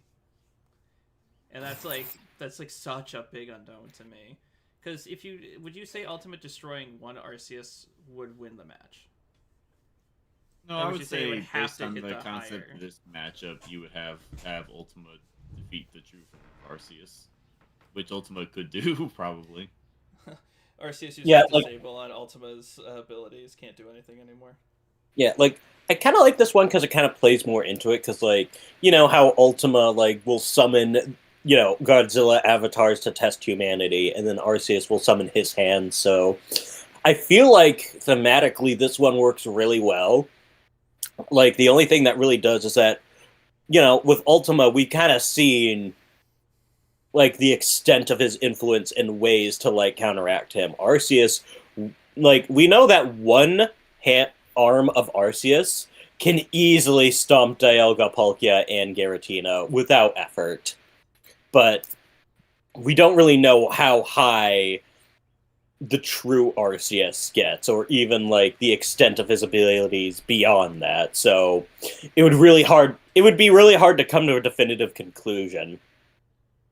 In a similar way, we have very little knowledge on what true form Godzilla Ultima looks like, so I guess it's in a similar boat. Like, even Death Battle kind of just made him, like, that pattern that he's known for in the fight. Yeah, like, I feel like Oh, go ahead. Just comparing these two matchups, Ultima certainly has, like, an interesting dynamic of, like, Avatar versus Avatar going to true form versus true form. I feel like thematically I'm really rocking a lot more with Ultraman King, because I really feel like that highlights what Arceus is thematically all about.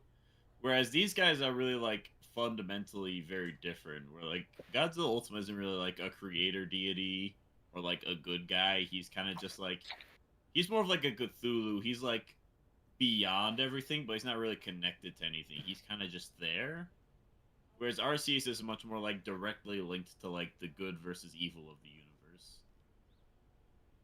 So I'm not sure how I feel about this thematically, even if the fight dynamic and progression sounds pretty cool. Like, I think thematically I kind of like it just because it's like, you have this one being who just kind of like sends these tests, which is like, not necessarily evil or good, but then one that like is trying to like correct things, like, you know, Volo messing with the timeline and whatnot. So I feel like, you know, thematically you could just set it up with like, you know, the Pokemon universe being tested by Ultima through this thing. So I feel like that could be an interesting dynamic to play with. But so that's why I'm kind of leaning more towards this one. But I do like both of these ideas. Also, he left a little bit ago, but it's not a technical difficulty. Where did Saul go? I think Saul had something to do, so he did it. Probably. Ah, gotcha. Destroya versus Zygarde, Godzilla versus Pokemon. Now this is a very good matchup for Destroya. I like the sound of this a lot. Oh, yeah. This is one of my favorite for Zygardes as well. Sherm, do you want to explain this, or? I mean, I just think, like, on premise, it's very solid. Like, Zygarde is a giant Pokemon, the Guardian of Life versus the Destroyer of Life. Very similar, like, progression and setup. I just think, like, it works on multiple levels. I'm a big fan. I'm sorry, I'm not getting over how you just pronounced it Zygarde. Are we really gonna fucking... It's Pokemon. Pronunciation wars have been going on for decades now. It's the first time I've heard someone pronounce it like that, though.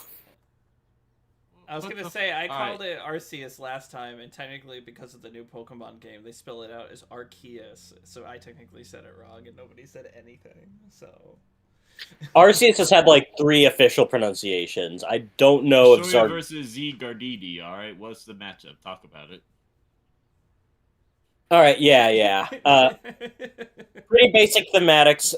2 very big organisms who started off as a single cell and then, evolved. One being its natural protector, one being its natural destroyer. The setup writes itself, Destroya's on his thing and Zygarde's there to stop them.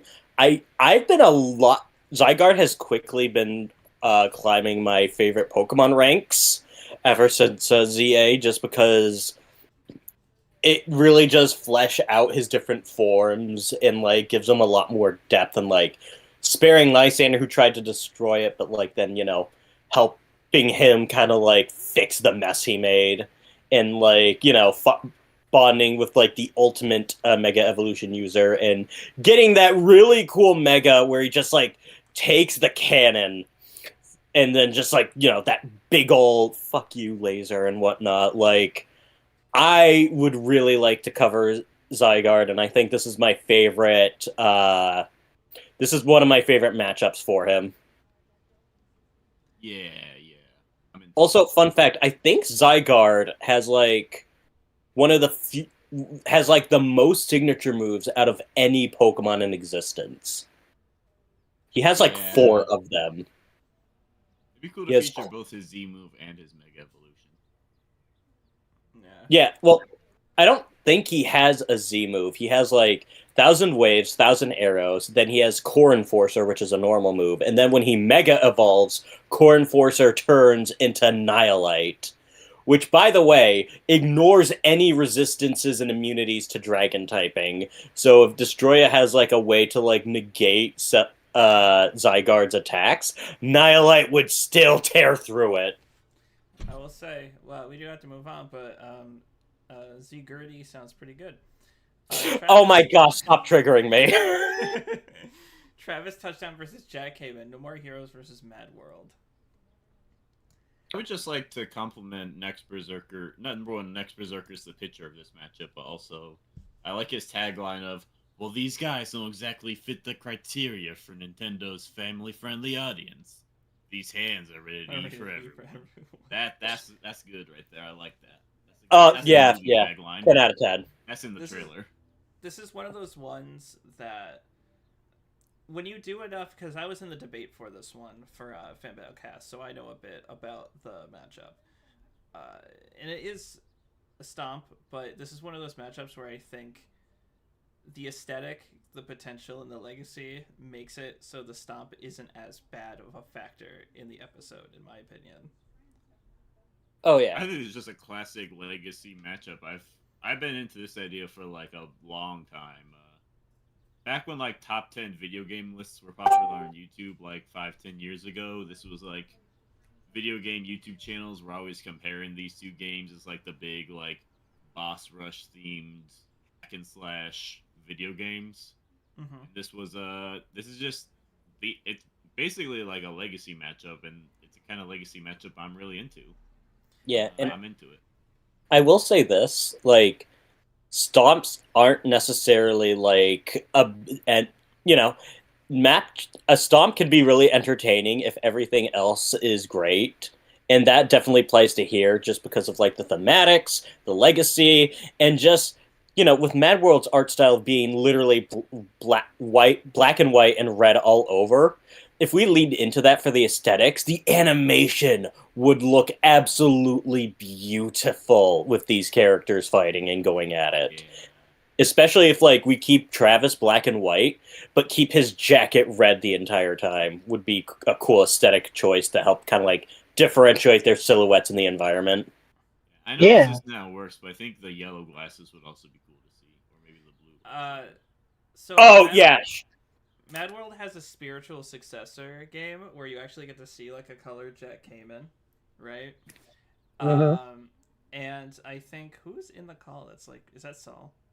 Yes, I'm he back. came back. Okay, it's just a little muffled. Yeah, I'm on my phone. I'm not at my house. Okay. Uh, so we could play with coloring and not make the fight all black and white. There's a possibility we could have it like depend on who's got the advantage currently in the fight, or like have it change throughout the fight to have go from black and white to color, or color to black and white, or so on. There's many different interpretations you can take with it. Yeah, like our animators will have a field day with this matchup. Alpha would cook. I'm just saying. I want to Yeah. see it just for like the animation potential. Like it really does like these series are really good at like their stylization of like how they combat goes, and like leaning into that stylization would be a perfect way of like just like covering both of these ones. So having a matchup where it works for both would just it'd be beautiful. I really love that I found evidence of Jack Cayman blocking lightsabers with his chainsaws, so there is reasonable dynamic that Travis's sword wouldn't go through his chainsaws, and I really love the fact that Travis has a tiger transformation, and I found proof of Jack Cayman beating someone who is known as the guy that suplexes tigers. There's a lot of fun stuff you can do. I like it. Oh. Did you have any thoughts before we moved on, Solar? No. I just think it's pretty cool. I don't really know both, but it's fun. King K. Rool versus King Dedede. You're doing this on purpose. Oh my gosh. I mean, I think like we've talked about this a bunch. We like it. It's a cool option. One of our. I haven't talked about this Oh, all right, Saul. Sorry. All right, because I think I was out when it was supposed to be covered on wasn't it the Discord one? yeah, Yes. yeah, the Yes. Discord. It was one of the last one. We kind of had to run through it near the end. So, what are your thoughts? Yeah. Sorry, I'm lagging in up. I don't like this at all. Of course you don't. What do you mean? Of course I don't. No, it's that everyone was like gassing it up. It's good. It's great. Whatever. And it was like, oh yeah, this fucking sucks. Just a little funny. Yeah, no, I really don't get outside of big evil foodie people, but one turned good and one is bad. I'm not gonna lie, I really just don't like it. I feel like it's kind of lackluster in what it can do for either. Doesn't K. Rool also just get bodied? With Mario scaling, it's anyone's game. Yeah, but then it just becomes with Mario versus Kirby with extra stuff. When do we? Is it like a? Is it a This is a genuine question. As someone who we'll probably have to explore this at some point, right? At what point is it matchup to matchup whether you include Mario scaling or not, or would there be a definitive choice that we would have to say like, yeah, we'll Probably matchup to matchup. It'll be I matchup imagine. to matchup. Okay. Yeah. I think Yeah, the yeah. only time I would be weird about it is if we put K. Rool in a matchup where he loses without the Mario scaling, because then that's I feel like it's hard to argue with the Mario scaling being invalid unless your argument is just like, I don't even know what the argument would be. It kind of just is there. Yeah, the only reason why I disinclude it is if he doesn't need it to win, in which case we don't really need to like bring in the larger stuff. Because they But, keep like- blatantly showing that Donkey Kong and Mario like exist in the same franchise, so it's almost like trying to argue that like Thor and Hulk don't scale to each other. Like they kind of just like they're in the same franchise and they fight and they're comparable. Yeah, and since Mario can keep up with DK and K. Rool match each other, even with like in his most recent appearance, like it is really. I think K. Rool does get the Mario scaling consistently. Yeah, I don't know. I feel like with this matchup, it just feels very lackluster and like it feels like it doesn't do anything that I feel like would be interesting to either. And I feel like it kind of starts and ends at they food and good bad, and that's kind of it. And I'm not a fan of that. The only real argument is that DK and Mario haven't fully fought in a long time. That feels weird. Yeah. To like, I mean, I kind of like it more as like, you know, it's a really good compare and contrast of like different mentalities on like rulership and royalty, because like we have King DDD who actually respects it, and we kind of see him evolve, and then K. Rool, who, you know, it's in his name. He's like a cruel king. He doesn't really respect his minions. So I feel like if we kind of bring in their armies, there'd be an interesting dynamic with that, and just looking at like, you know, leaning in more into like their statuses as kings, for example. so I get that, but at some point it's like, why are we doing it? Why are we doing this one when we can look at a bunch of their other matchup spreads, which are more thematic?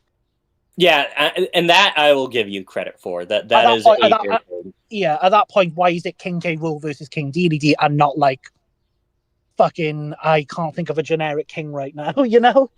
Yeah. You just have to put a positive king versus a negative king, and you get the same contrast. I think we could have a very long discussion on the back and forth on the merit of this matchup. Yeah. Well, I'm just saying this because I didn't get to say my thoughts during the Discord general. Yeah. Oh yeah, of course. We definitely want to hear your thoughts. What happened? And I saw this one. I think this one got like a 5 out of 5 on that tier list. Oh yeah, we did. Like because I wasn't there, I would have given this a 1 for comparison to how strongly I feel, and I want to have a chance to articulate that. I don't know anything about Tales of Symphonia, if I'm being honest. I thought you liked Tales. I have played some of the Tales games, but playing some of them does not equate to like how many Tales games there are in total. You know what I mean? Yeah, okay, that's fair. It's kind of like Final Fantasy, where it's like, you know, they kind of reset the time. Each game follows its own cast and world. Yeah. All right. Well, that makes this a little awkward since I don't really... I know Robin a lot, but I don't really know Emil because I haven't played any of the Tales games. This is more a hidden entry. If you want to throw us some details about this, because I think Darkly is the one that submitted it. Yeah, Darkly. All right. I'll read it. With your memory is missing, will you stack up to the man you know they know you are, or the monster you were meant to be? While brought into existence with an entirely different purpose, these heroes would find themselves joining a band of warriors where they prove their mettle to be trusted allies. Inevitably, they learn that they're meant to host monstrous beings who are able to rend the world into chaos due to these beastly parts of their characters. They have the potential to access more monstrous powers or darker forms, with 2 paths available to them. They can either be good or ruin the world. I mean, it sounds really cool. Like, I'm definitely more interested in looking into Tales of Symphonia just to look more into it. It's the week. I just realized both Sherm and Saul are gone right now, so it's just us. Oh no. All right. Let's keep All right, going. I give this a vibe check out of 10. Moving on. Scott Truman, RPM Red Ranger versus Captain Falcon. They share a lot of motifs: birds, racing, fire, explosions. Both of them are part of long legacies of heroes, Red Ranger and Captain Falcon. Both of their series are campy on the surface, but really dark when you actually think about them. Cap is one of the most PR coded non-rangers and characters ever, so this makes perfect sense. It's my favorite Red Ranger up against my Smash main, so it's a hype incarnate. I don't know anything about RPM. I think it's the car one. Okay. Because if they have the car, like, okay, here's my question for this one. Because, like, if we did this one, would it be a straight up fist fight, a fight with their vehicles, or would we lean into like a racing aspect with them? Because, like, I'm not really familiar with like Power Rangers PR, so like, I don't know how he really uses his vehicle in that. Me neither. I see. All right. Well, I will say that this one definitely makes a lot of sense. Captain Falcon and Power Rangers definitely makes sense. And I wish I knew more about Power Rangers so I can give you more compliments. But yeah, I'd be interested in the idea of this. We got Ritsuka Fujimaru versus Kieran, Fate Grand Order versus Fire Emblem Heroes. Oh my gosh, give me something I can recognize. Oh, that's just another thumbnail.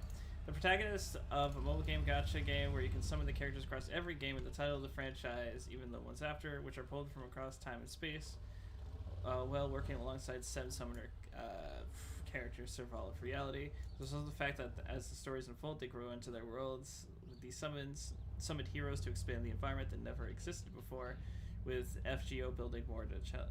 So it's to summarize, it's this guy who is from a gacha game where he can summon any Fate character, in this guy who's from a gacha game who can summon every Fire Emblem character. That sounds like an absolute nightmare to research. Alright, I got a really hot take with this. Oh no.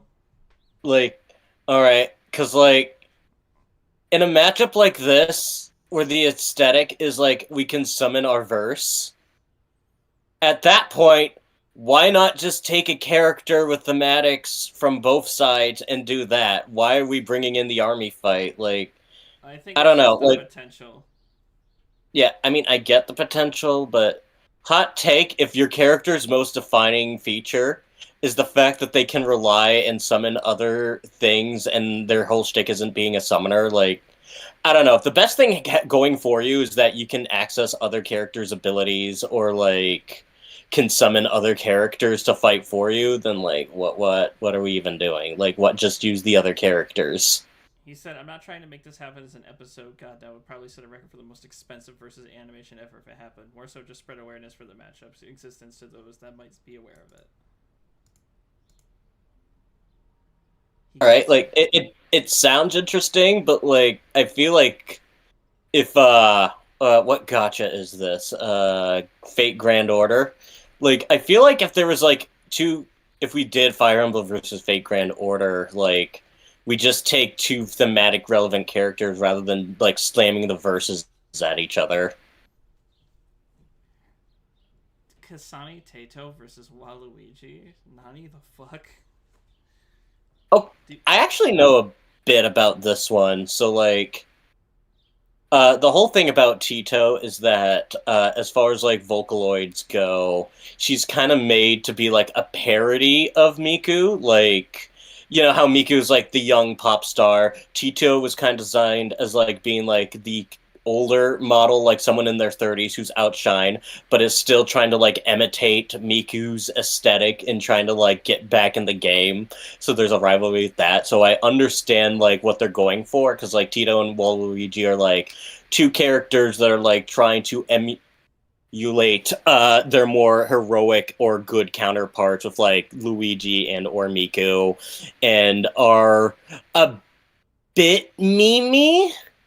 I only say that just because, like, it's like a very loose connection. I'm not as familiar with the Vocaloid verse. Oh, hey, Sherm's back. Take over.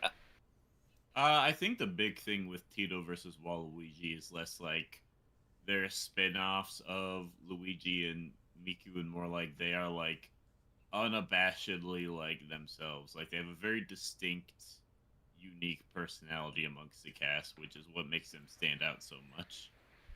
So it's almost like a play on the evil version, where it's like it's an evil version, but like they're actually just like completely different and doing their own thing.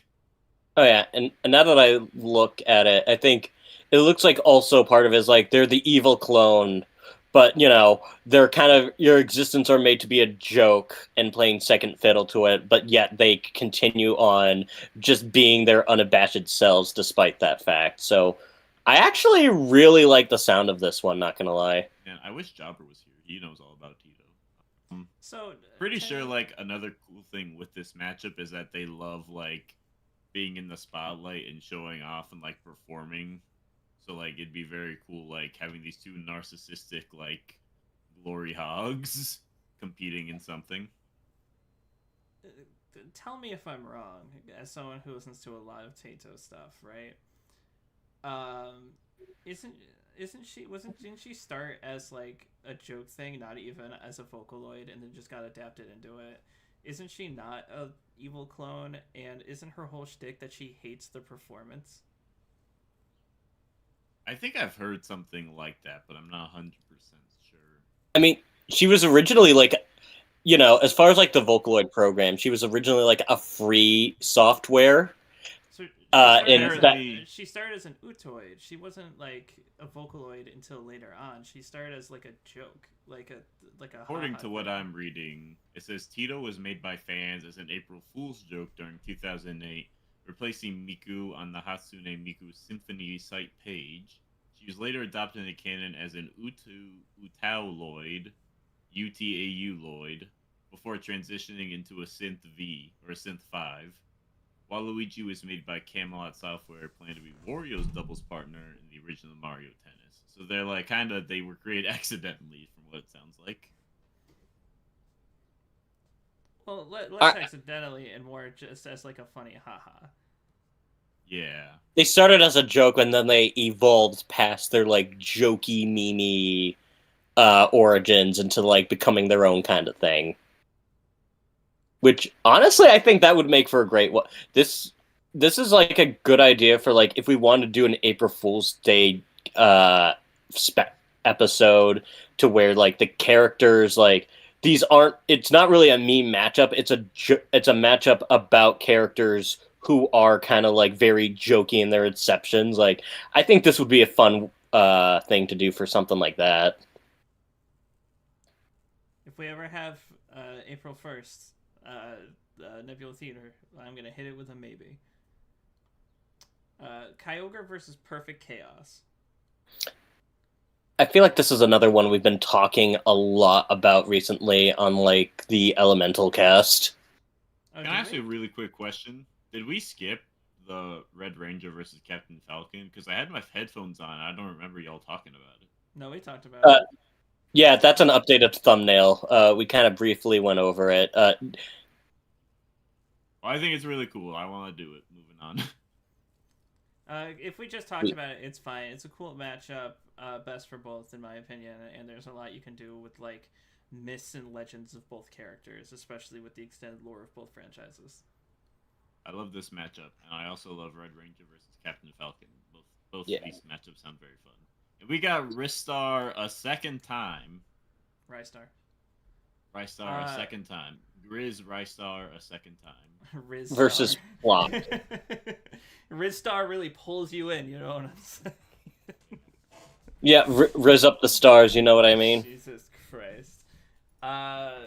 This one is one I had said before on the Discord that I liked a lot. It kind of became in my top, I think, 50 when I posted it. Just for the concepts of them being two characters who are meant to be very simple characters, who are meant to be like these big, like stars who were later replaced by other characters and kind of thrown to the side with little development or barely any games to their name. The stories for both games is like NES and Genesis games where you probably read it on the back of the manual, and that's really the most you'll get. So there's really no like super deep thematics you can really pull from here. So I think the meta thematics is what I like more and kind of sells it for me. Yeah. I guess the one thing I'd have against this one is just if their lore is just what you see on the back of the box and it's more meta stuff, like, would their analyses just be like meta analysis? Like, I don't know, like Their that doesn't analysis really. would be 4 minutes apiece. It'd be like a season 1 death battle. Yeah, like it doesn't really strike me as like something that would be interesting to deep dive. Like, I like the idea, just I don't know how well it would work as like a full episode. They Yeah, I do guess that's a both good have thing. cutscenes within game, but it's not like super deep, and they both have pretty decent arsenals that you can talk Like- about, which would be my argument to that. At the risk of sounding mean, because I'm just trying to be honest and would hope to get an answer from this, like, why would we want to ever cover Rystar over like any other character that exists in fiction? Because we want to. That's the best answer I can give you at any point. It's just if I feel like I want to do it and we have the resources, why wouldn't I? Do you Yeah. care about Rystar? Yeah, I grew up with a Genesis. I played all these. So this is like a nostalgic classic video game character for you, and not a random obscure character. like it is Correct. for And me. I also played Okay. Plock as well. Well, Plock was a lot more of a recent one because a friend of mine listened to the soundtrack and he was like, "This is fucking crazy good for this random SNES game," and then we ended up playing it, and I was like, "Wow, this Okay. is very hard but very good." He Fair said, enough, "Y'all fair did enough. Car versus X. There's no excuse now." This would give me a perfect excuse to write a decently length analysis. Anyway, Pikachu versus Jack Frost. This is Pokemon a versus- pitch. Oh, is it? Yeah, it's a Bless you. composite Pikachu versus composite Jack Frost. The idea behind this one, if I'm familiar, is it like literally uses every Pikachu from anything ever, and it's kind of like an army fight of every Pikachu versus every Jack Frost. You just killed it for me.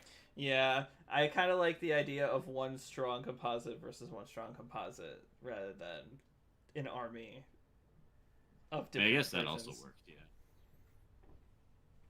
Yeah, like Because these are like species, ain't they? yeah, like I like the idea of it being like a solo fight between Pikachu and Jack Frost, like taking like the peak of both, especially since they're both kind of like the designated mascot characters for their franchises, like, you know, for Shimigami and Pokemon respectively. I feel like this is kind of like also like this one, along with like throwing in stuff like Pikachu and Jibanyan, or, you know, Jack Frost versus Jibanyan, are kind of like in the like a series of like mascot matchups, and you know, I like it. They're pretty vibe. Like, I could see us doing one of them at some point. And as far as they go, like, Pikachu and Jack Frost are probably one of the ones that are more up there than others. I quite like this idea. I think it's really fun to look at. So, like, what would a Pikachu be like and be capable of? Defeating True That's Form fun. Arceus. No, I'm kidding. I like it. It's interesting. What's probably one of my favorite matchups that focuses on like a species instead of a character. Rex versus Joker. Xenoblade versus Persona. I Gonna I be don't get real, this one. I'm gonna be real. I don't know much about Xenoblade 2. It was my least favorite of all the ones I played, and I don't remember much of Rex. I think the idea is that Rex can wield, just based on what I'm looking at the thumbnail as well, Rex can wield all these weapons and switch between them, and Joker has all his personas, so it gives them a reason to use their wider arsenals. I don't really know what the thematics could be. Yeah, that's the They part I'm hung up on. would it Because be like we like the got personas versus Pyra and Mithra? Well, well, he has more than Pyra Mithra. Pyra and Mithra were just what they gave him in Smash Brothers. He has a huge arsenal of weapons that are all women that he wields, right? And they switch his weapon to Okay. different things. It's just kind of how Rex's weapon system works within Xenoblade Chronicles 2. He doesn't switch yeah, normally. It's kind of like how Shulk is stuck to the Monado. Rex is stuck to using them as the weapons. Like if you look in the thumbnail, you can see what I guess only one other person right here that's not in the Smash Brothers. Okay. But I think he yeah, has like yeah, 12 different weapons, whereas yeah. Like Joker has like 1,000. yeah, like I get the idea. I feel like there are better matchups of like, being able to summon like a variety of like assistant characters to help fight. And plus thematically we have Rex who's like this young, plucky not guy who's trying to help like, Pyra and Mithra get to the end and then like is doing the best he can versus Joker who was just kind of thrown out by society at large and then had to crawl his way back up, basically becoming this like phantom thief against society. Like there's not a lot of thematic parallels unless, like the Xenoblade 3 like DLC kind of gave him a lot of updates to Rex's character because I know they, added stuff for Shulk and Rex in that one, but I just I'm I wish I knew more or that he wrote out more thoughts because like it sounds interesting. I don't know how this I'm not getting the full picture here.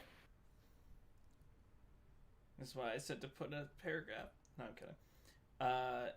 Oh yeah, I had to delete one because someone submitted more than one. Falfel versus Dr. Starline. I have no I idea who the fuck this guy is. I Oh, got you. I got you. I kind of unironically kind of love this matchup. Uh, honestly, same. so the idea with this is these are like the minions of main antagonists in Mario and Sonic franchise. Uh, Fawful is one of the most iconic villains of the Mario RPG, the Mario and Luigi RPG series, and people love him because he's like funny and has like a funny way of talking. And Starline was someone who looked up to Eggman and started working for him, but then eventually got fired by Eggman because Starline didn't really understand what Eggman truly wanted. And it's pretty interesting because they're both like once they well he Fawful doesn't get fired, Cackletta just dies, so he kind of has to work on his own after that. But they kind of both gather. They have like their own technology and weaponry. This would be like a tech. This is almost like Bowser versus Eggman if Bowser also used tech instead of being like a physical fighter. Um, they both gather like minions and resources that Eggman and Bowser had used previously, as well as having their own stuff. And I think what's really fun is that they both kind of have like a mental breakdown in their final defeat that eventually I think it leads to their death. I think Starline it's a little vague. Starline might not actually be dead, but it's Like kind of they have a breakdown regardless. like Starline is like officially dead in the comics, but there are theories that he's going to be brought back at some point, although we haven't really seen that come to fruition. So I kind of like this because it's a much more affordable Bowser versus Eggman. It's really fun because you could have like one of them defeat the other, and like they kind of have a breakdown similar to what happened in canon. And I think this is just another. This is probably one of my favorite ideas for a Mario versus Sonic themed fight. I unironically really rock with this. It would be down for considering it as an option. honestly, like I think this is one of my favorites for like Starline as well, just because Fawful is one of the standout characters from the Mario and Luigi RPGs. And just to kind of add to the thematics, as well as like, being like these villains who kind of been knocked down a peg after being like the second in command and having to spend time basically rebuilding their own empire. They both have like a main rivalry with the main villains of their franchises. In Bowser's Inside Story, Fawful and Bowser are the main ones fighting in the overworld, while Mario and Luigi's helping Bowser yeah, from I forgot inside. about that.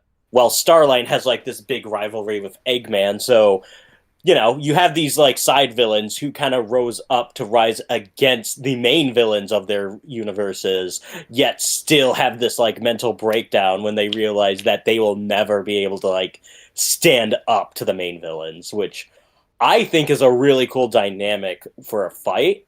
And it would really make sense for both of them to go after each other for resources to rebuild their empires. I like this. I think that being devil's advocate, because I do unironically really like this matchup, I don't think it super fully reflects Starline's, like, I would say more complicated, nuanced, like, story and character. But I think that's still fine. I think it's fine. Yeah, like it's not a perfect thematically, but I think it's strong enough to work. Like, Yeah. I'd have to think about it because like Starline spread in general is like a really good. So Yeah. like I don't know if this is the Starline episode we would go with, but like it's definitely a strong contender.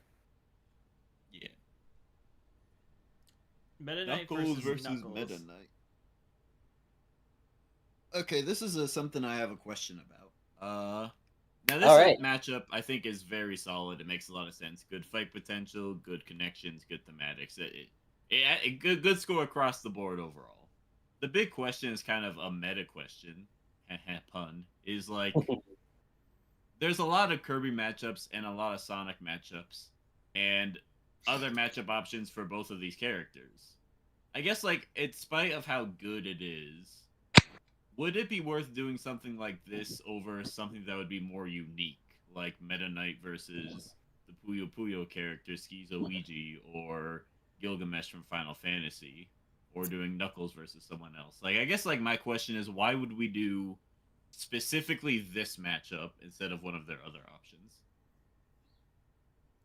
I mean, I think the big thing this one has over its contemporaries and other alts are the thematics of like being characters that were like their first main appearance was like being an antagonist, but then after that initial one, they quickly grew into like part of the main cast, and there's now now they're identifiable as like one of the mainstay heroes of the series. So if we want to go like for pure thematics, this one is probably one of the best out there for them. And I do want to focus a little more on the positives, just because I like doing that. I do like the Sonic and Kirby is definitely a unique combo for series that you don't really see too often. And I think both of them, the fight dynamic between both would be well, because like even though like Meta Knight mostly uses his sword, like usually in Kirby when he slashes enemies, there's not really a lot of like tearing, so it wouldn't look that out of place for having to like do damage to Knuckles and then him not really bleeding from it. And considering how Knuckles can be a little naive and accidentally get into fights and manipulated by Eggman, I could definitely see a scenario where either Knuckles gets tricked into fighting Meta Knight, or Meta Knight just seeing Knuckles sitting on his island thinking he's lazy and misinterpreting that he's there to defend the Master Emerald and like trying to get him to do something and then fights him for it. And with Knuckles' gliding ability and digging along with Meta Knight's flying, you definitely have a good aerial. These are very aerial and fast characters, so you can play towards like the Sonic speed and like the aerial platforming of Kirby in this fight. But I will agree with your other point that both of them have like other matchups that do different aspects of them better. So if we're looking at like saying, oh, I really want Meta Knight to be a sword fight, then this one wouldn't really stand up to something like Gilgamesh or Jubei from BlazBlue, which would be my preferred for Meta Knight. And I'm also a fan of like Piccolo for Knuckles, but like That's I not to think say Piccolo this versus matchup. Meta Knight is also a matchup, so it's kind of like a matchup triangle of Piccolo, Meta Knight, and Knuckles. Yeah, like honestly, like I really like this one. I think this is like one of my second favorite from Meta Knight, and I would love to do it, but I don't want to let my preferences really muddy this as like a concept since it's a really strong concept. There are just other matchups for both of them that I personally find more compelling. Germ says that he likes the idea of Knuckles gliding in Meta Knight's tornadoes, which is cool. Oh yeah. I would just like to give credit to like the thumbnail because you got really good renders for this thumbnail with like Meta Knight looking up and to the right and Knuckles looking down and to the left. It's very, very well done thumbnail. Just very good render. Oh yeah, true. Pairing. Oh, also other minor thing. The cool interaction if we include the air riding machines and then the zero reverse gear. No, like the hoverboards from Sonic Riders, which would be fun. This just says updated thumbnail. So, what I'm guessing happened was that he looked at Marks versus Majora and thought that it was that, and then updated the thumbnail, but didn't realize it wasn't Dementio. Is this the same guy who posted both? No, it's not. But this is Evil Eye. But I'm looking at it, and I'm just like, it just says updated thumbnail. To what? Maybe they just like forgot to write down. Oh, I think what happened is that he had like a full paragraph before, but then deleted the original message when he sent the updated thumbnail since someone told him that you should probably just keep one of them up, and then forgot to update it with the big text. But there's no entry here for Marks Dementio, so it might have been deleted. Anything. Yeah, he deleted the original one. Oh, okay. Just forgot to update it here, but it's Marks versus Dementio. We've talked about this one a lot. I think we're fans of this one. Supposed to be transparent.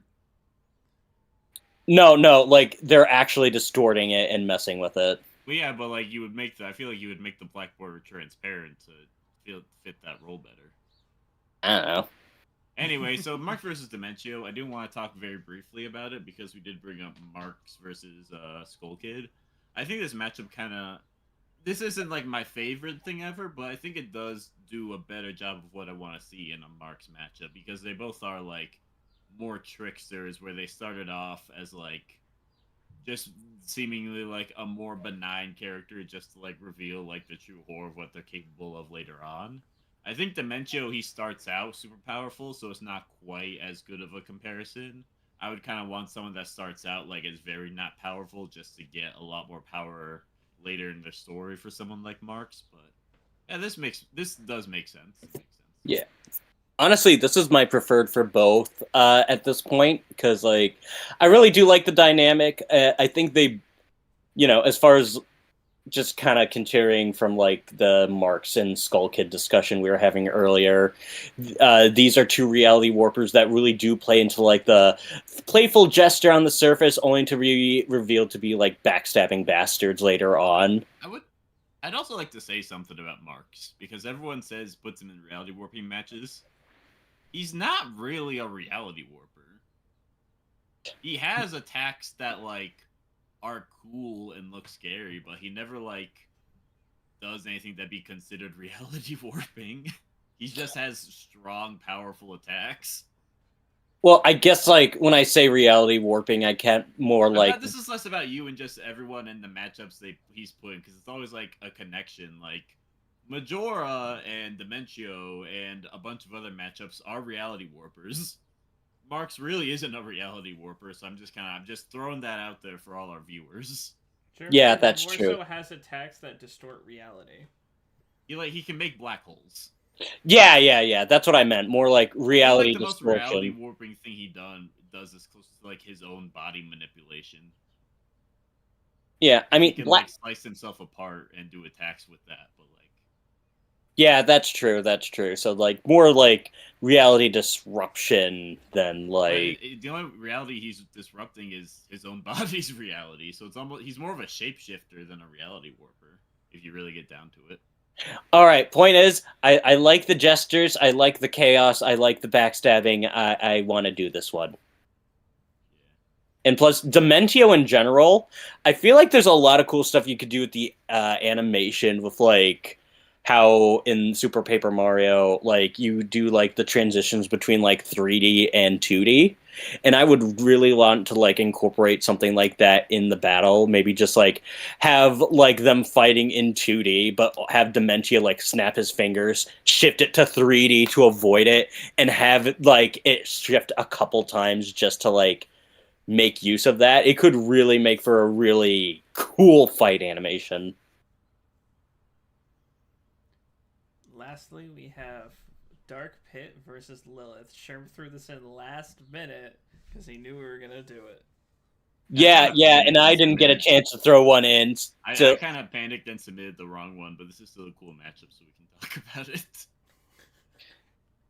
Yeah, Dark Pit versus Lilith. This was on our Halloween poll. It's a really cool matchup. This is probably my favorite idea for our Darkstalkers episode if we were to do one.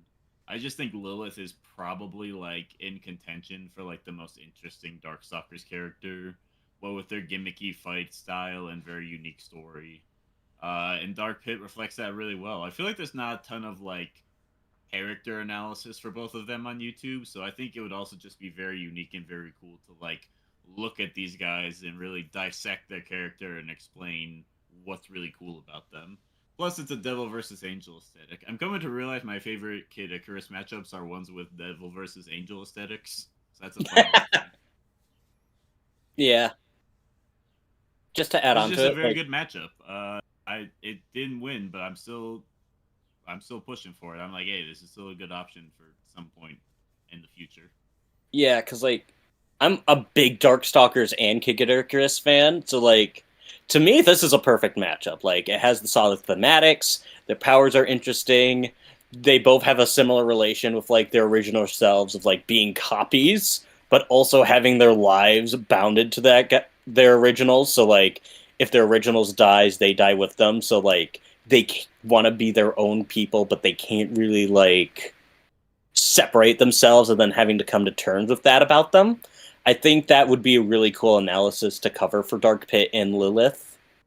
And low key, I always thought that this was a weird pick for the Halloween bracket, just because, yeah, the theme of like doppelgangers could be Halloweeny with like fallen angel and demon, but like this just felt more of like a normal episode than necessarily a Halloween themed one. So I am still really the fallen angel Lucifer. I mean, I guess. I don't know. I think this is just generally a good option to do, even if especially if it's like outside of Halloween. Like, I don't think that's like a big factor in us like really tackling this at some point. Yeah. What would Dark Pit's arsenal consist of? Because he wouldn't have access to all the stuff Pit has access to. I mean, you go to play as Dark Pit at one point, and the menus are practically the same as like Pit's. Oh, so he would just have the same weapons except for like minus the Great Sacred Treasures for the most part? Pretty much, although like when you do fight him in like chapter 6, he has a standard set weapon for each one. So if we wanted to like as far as the animation goes, we can like do keep him to like the ones he's canonically used in that chapter, like the Violet Palm, Ogre Club, and his silver bow and the Dark Pit staff, which I feel like the staffs don't really get a lot of attention in both the verses and the game. So I feel like if he's named after the Dark Pit staff, you'd have them sniping with it at least a little bit during the fight. Yeah, I like this. Yeah. I think this is just straight up my favorite Darkstalkers option. Yeah, like it's definitely up there for me. I think definitely in my top 3 Darkstalkers matchups, which are on constant fluctuation all the time. Yeah. I really hope Darkstalkers makes a new game and isn't dead forever. I hope Lilith isn't it. As soon as it does, I will make an excuse to make an episode from Darkstalkers. Mark my words. Look, Yeah. Darkstalkers has been included for E3 this year. They're going to announce it at the end of the Darkstalkers finale of this year's EVO. They're going to announce the new one. Darkstalkers isn't dead, I said as they dragged me away in the straitjacket. And Darkstalkers has sprites, so we wouldn't even have to make any. They're just there. Hey.